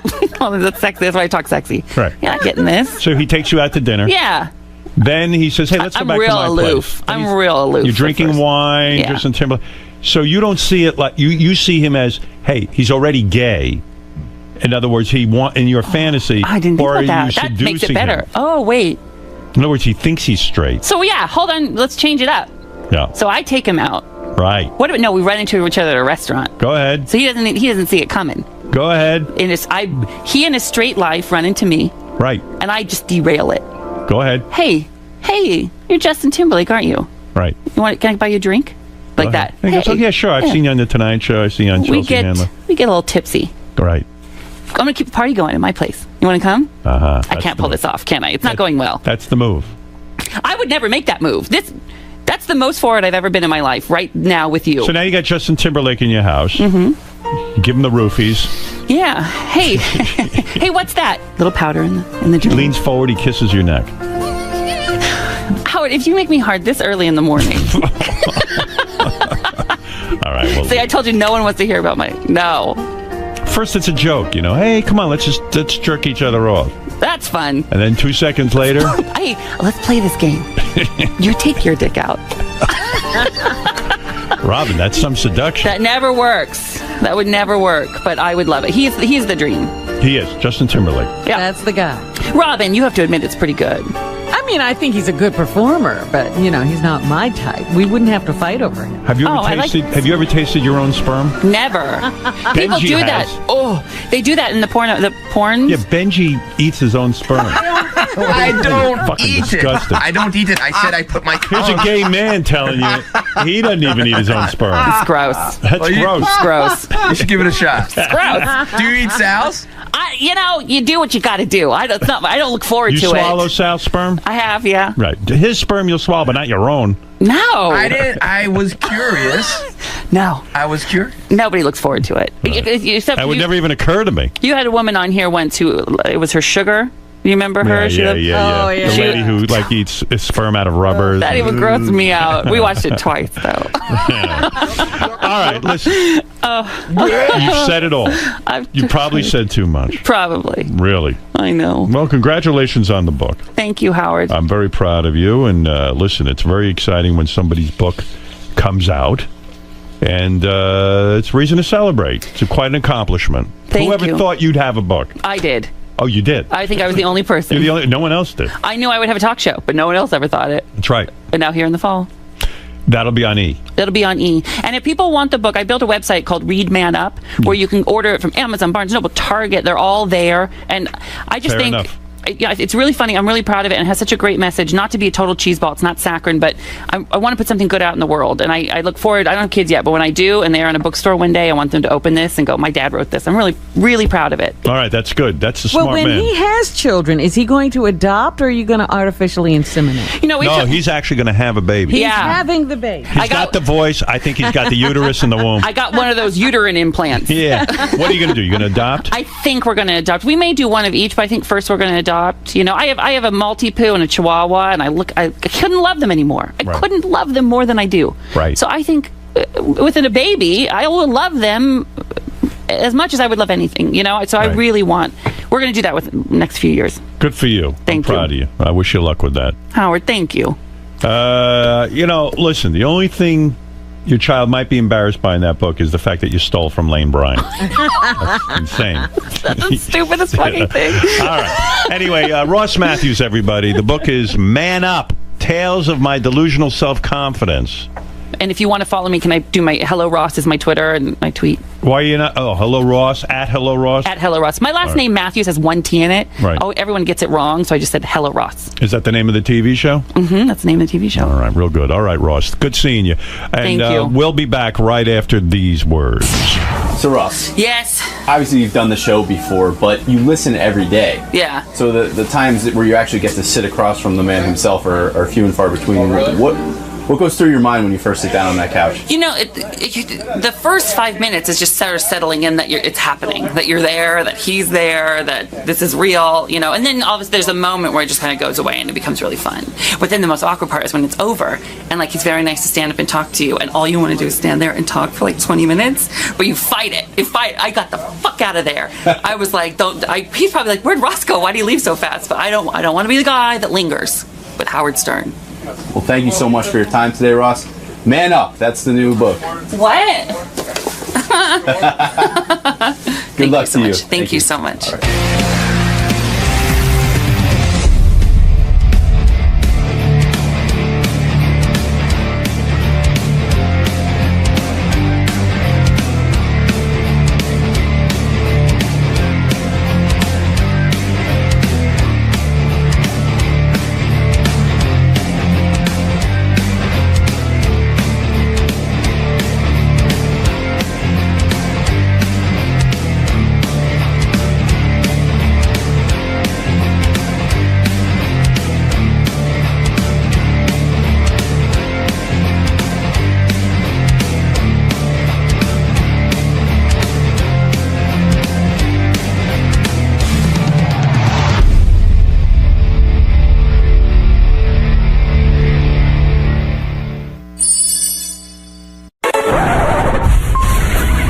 This is a Howard TV original production. On this episode, Medicated Pete lands his first starring role. Was it smooth sailing on the set or utter pandemonium? There's no room to forget! What's your problem? Testing, 1, 2. Baba Boo. Yeah! Hey-oh, yeah!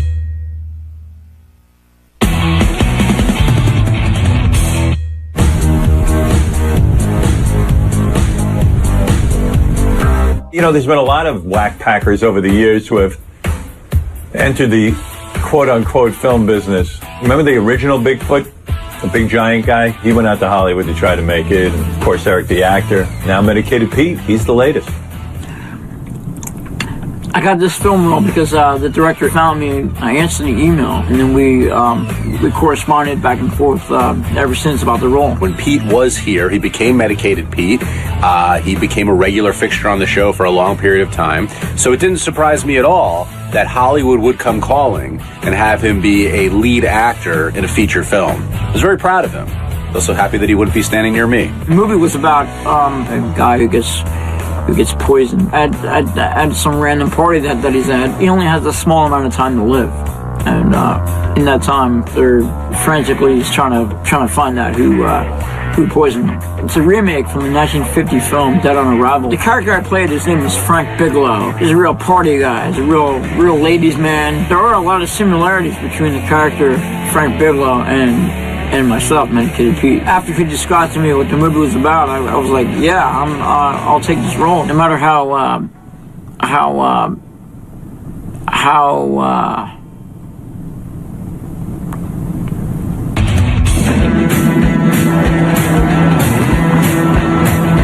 the two main people involved in the film were the director, George Anton, and the executive producer, Leslie Barodi.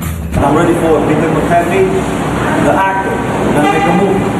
I'm ready. Go. If you guys see him, just let me know. He's my brother. I was on the phone with them a couple hours before my flight, and they did tell me to wear a suit on the plane. And then immediately when I got to the airport, when I got to LAX, he started directing me right away. He didn't even say hello to me or anything. Go on that side. Go on that side. Keep walking. Come on. Go that way. Don't look at the camera. Keep going. Very good. Very good. Keep going. Keep going. I was kind of freaked out. I was kind of like, whoa, what's going on here? You know, I mean, I just got off the plane. I'm fucking tired as hell. And all of a sudden, I'm getting directed. I mean, come on. I mean, it's a weird experience. One more time, Peter.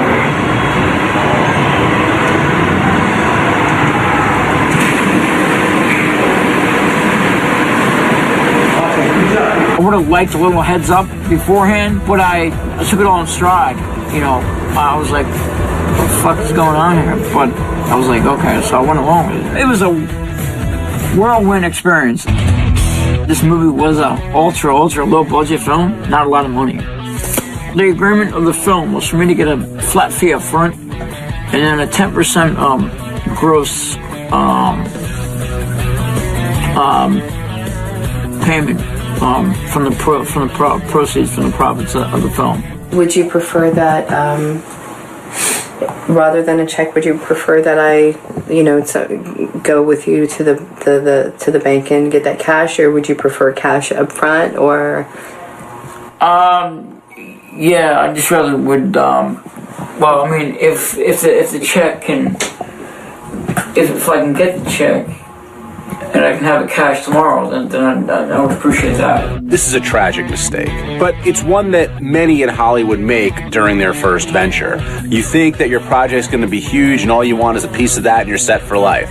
No. Get paid up front. Being that it was my first film, I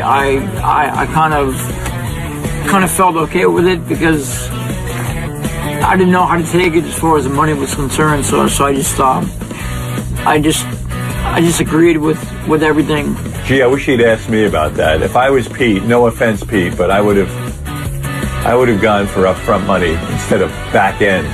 But all right, he didn't ask. Well, I was going to be in LA for approximately 3 weeks. The schedule there was pretty grueling. Action. Frank Bigelow, how you doing? Come on. That's his producer. He's trying for an hour to get his writing account squared. He's a writer? Hollywood. When I did my first scene with Pete, it seemed like he was kind of being a robot. And when I was talking to Pete privately, I said, try to be in the moment, try to do your own thing. I gave him some tips, some ideas, but he still did okay. And action. Ha! Frank Bigelow. Hey! Fuck! Where's Reynolds? He's doing, I think, the best job that he can. I mean, this is a feature-long film, and if he's never did anything before, I think he's doing a good job. We'd say a couple lines, and then the director would feed us more lines, and then it would be constantly line feeding of lines throughout the whole film. Dr. Schaefer's diagnosis was right on. Your body's already absorbed all the toxin. Are you absolutely certain? Couldn't there be some mistake? Are you absolutely certain? Could there be some mistake? It was not apparent to me that he knew any of his lines, because they were being fed to him throughout the entire scene that we were doing every time. The fact that he didn't know his lines was super frustrating for me. This can't be happening. What would happen to me? What happened to me? I didn't memorize the script because I kept on getting revisions, so it was hard for me to. Well, it wasn't hard, but it was kept on getting a lot of revisions. In some of the scenes, the character Frank Bigelow had to. My character had to get kind of rough with some chicks. There's no room to forget! Talk, otherwise I'll snap your neck like a chicken. On the flip side of the whole thing, my character actually gets roughed up. Real cute, ain't you, Bigelow? A couple scenes in the movie I got to sing.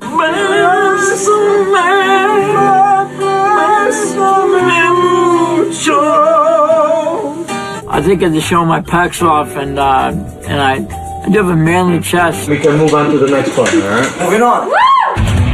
Jackie Moore played my secretary, Paula Gibson, in the film. We did have a kissing scene, and I felt a lot of chemistry between us. And action. Kiss. Passionate. Mwah, mwah, mwah, mwah, mwah. And now, say the line. Joke. Come on, Paul, let's go on eggs and have a... Eat some beans. Keep kissing him and crying. Go action. Kiss, a lot. Let's go to Betty's and eat some beans. You're talking. After that. When Medicated Pete went to kiss the girl, it was like he was trying to suck her face in. It looked like that Pepsi commercial where you could suck a human into a straw. It was like he was trying to swallow her. It was hysterical. Go. Oh, guys, I want to go sleep, guys. I want to go. I really want to go to freaking sleep. Come on. Let's go down there, Eddie's, and get fucked up.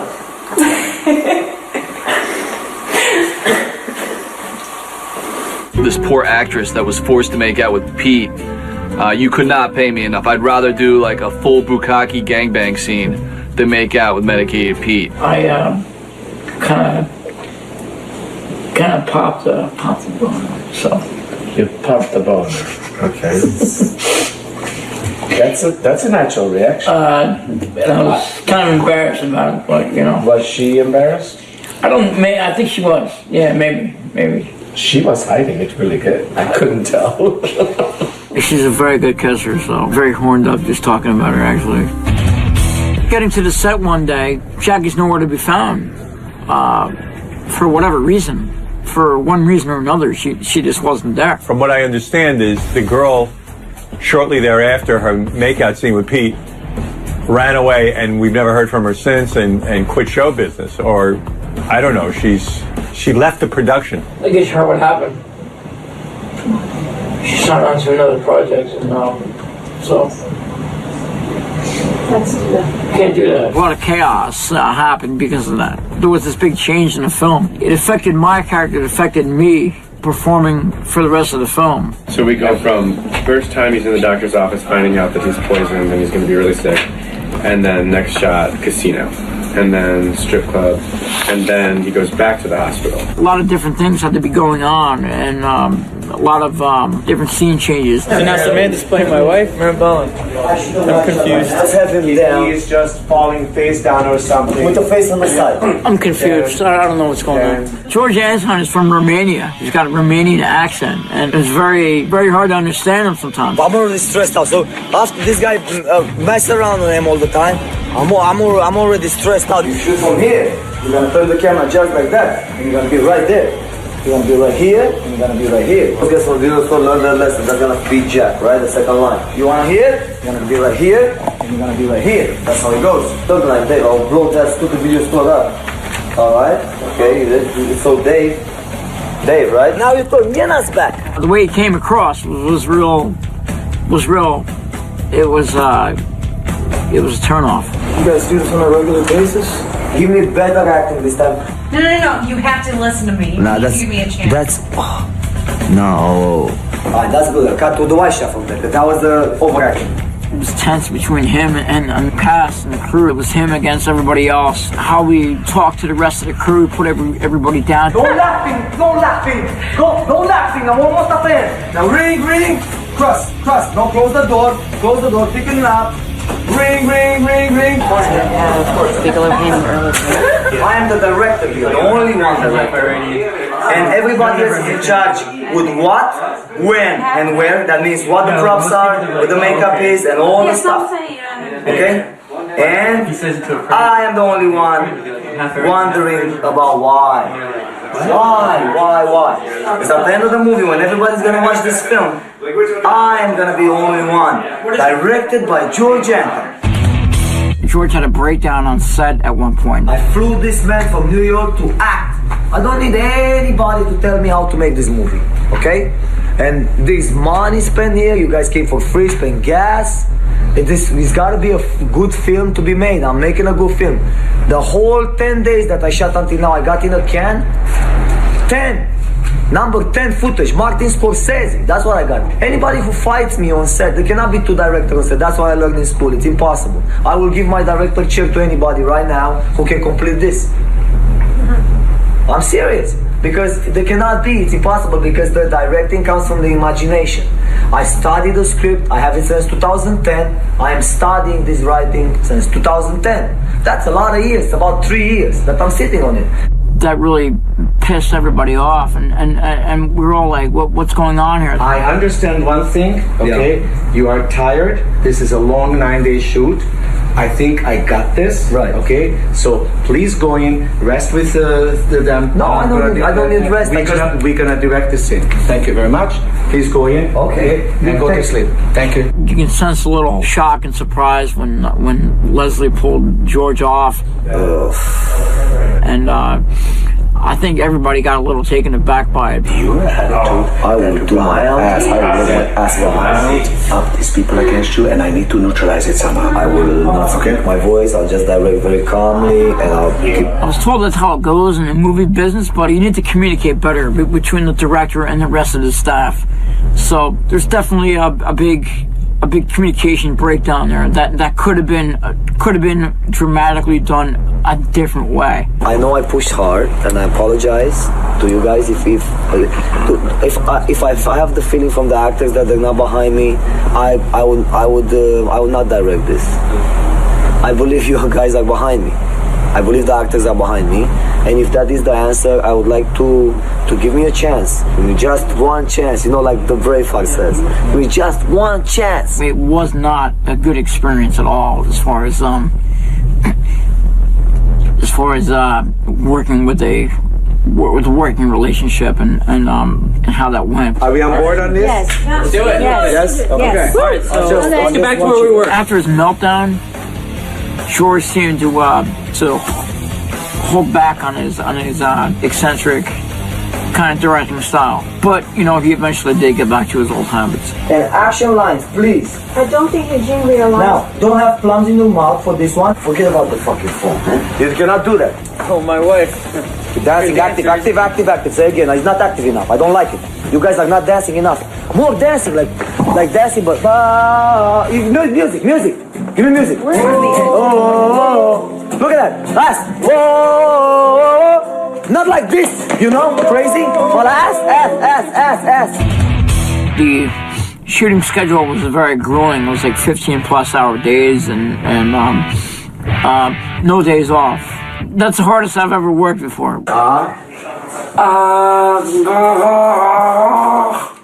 Good. Now, what kind of sensation do you have? Yeah. Right. I have a tingling sensation. Make note. Pete has a tingling sensation. Okay? Wink, wink. Tingling. I gotta tell you, when the film was done, when we shot the last scene. Goodbye, Mr. Bigelow, and please forgive me. God, perfect. Oh, you got that in the can? I got that. We're done with this scene. It was like such a relief. I mean, it was. We put so much fucking work into this. I mean, it was just like. There's this liberation. We're having a wrap party today for Dead on Arrival, and I'm gonna have a couple beers and hopefully not get too fucked up. But yeah, I learned a lot being on a set like this, being on a feature film like this, making a movie like this. So there's a lot to learn here, and I think I learned a lot. Would I work with George again? I'll put it to you this way. I'll give anybody 100%. That's just the way I am. I'll work with anybody, basically. I hope you guys take a chance to watch it because it is it could be an interesting film. Somehow they'll capitalize on Howard Stern fans being curious, which they've got me. I'm curious. All right, I'm Medicated Pete, professional actor, and I'm going to show you how I cry on set.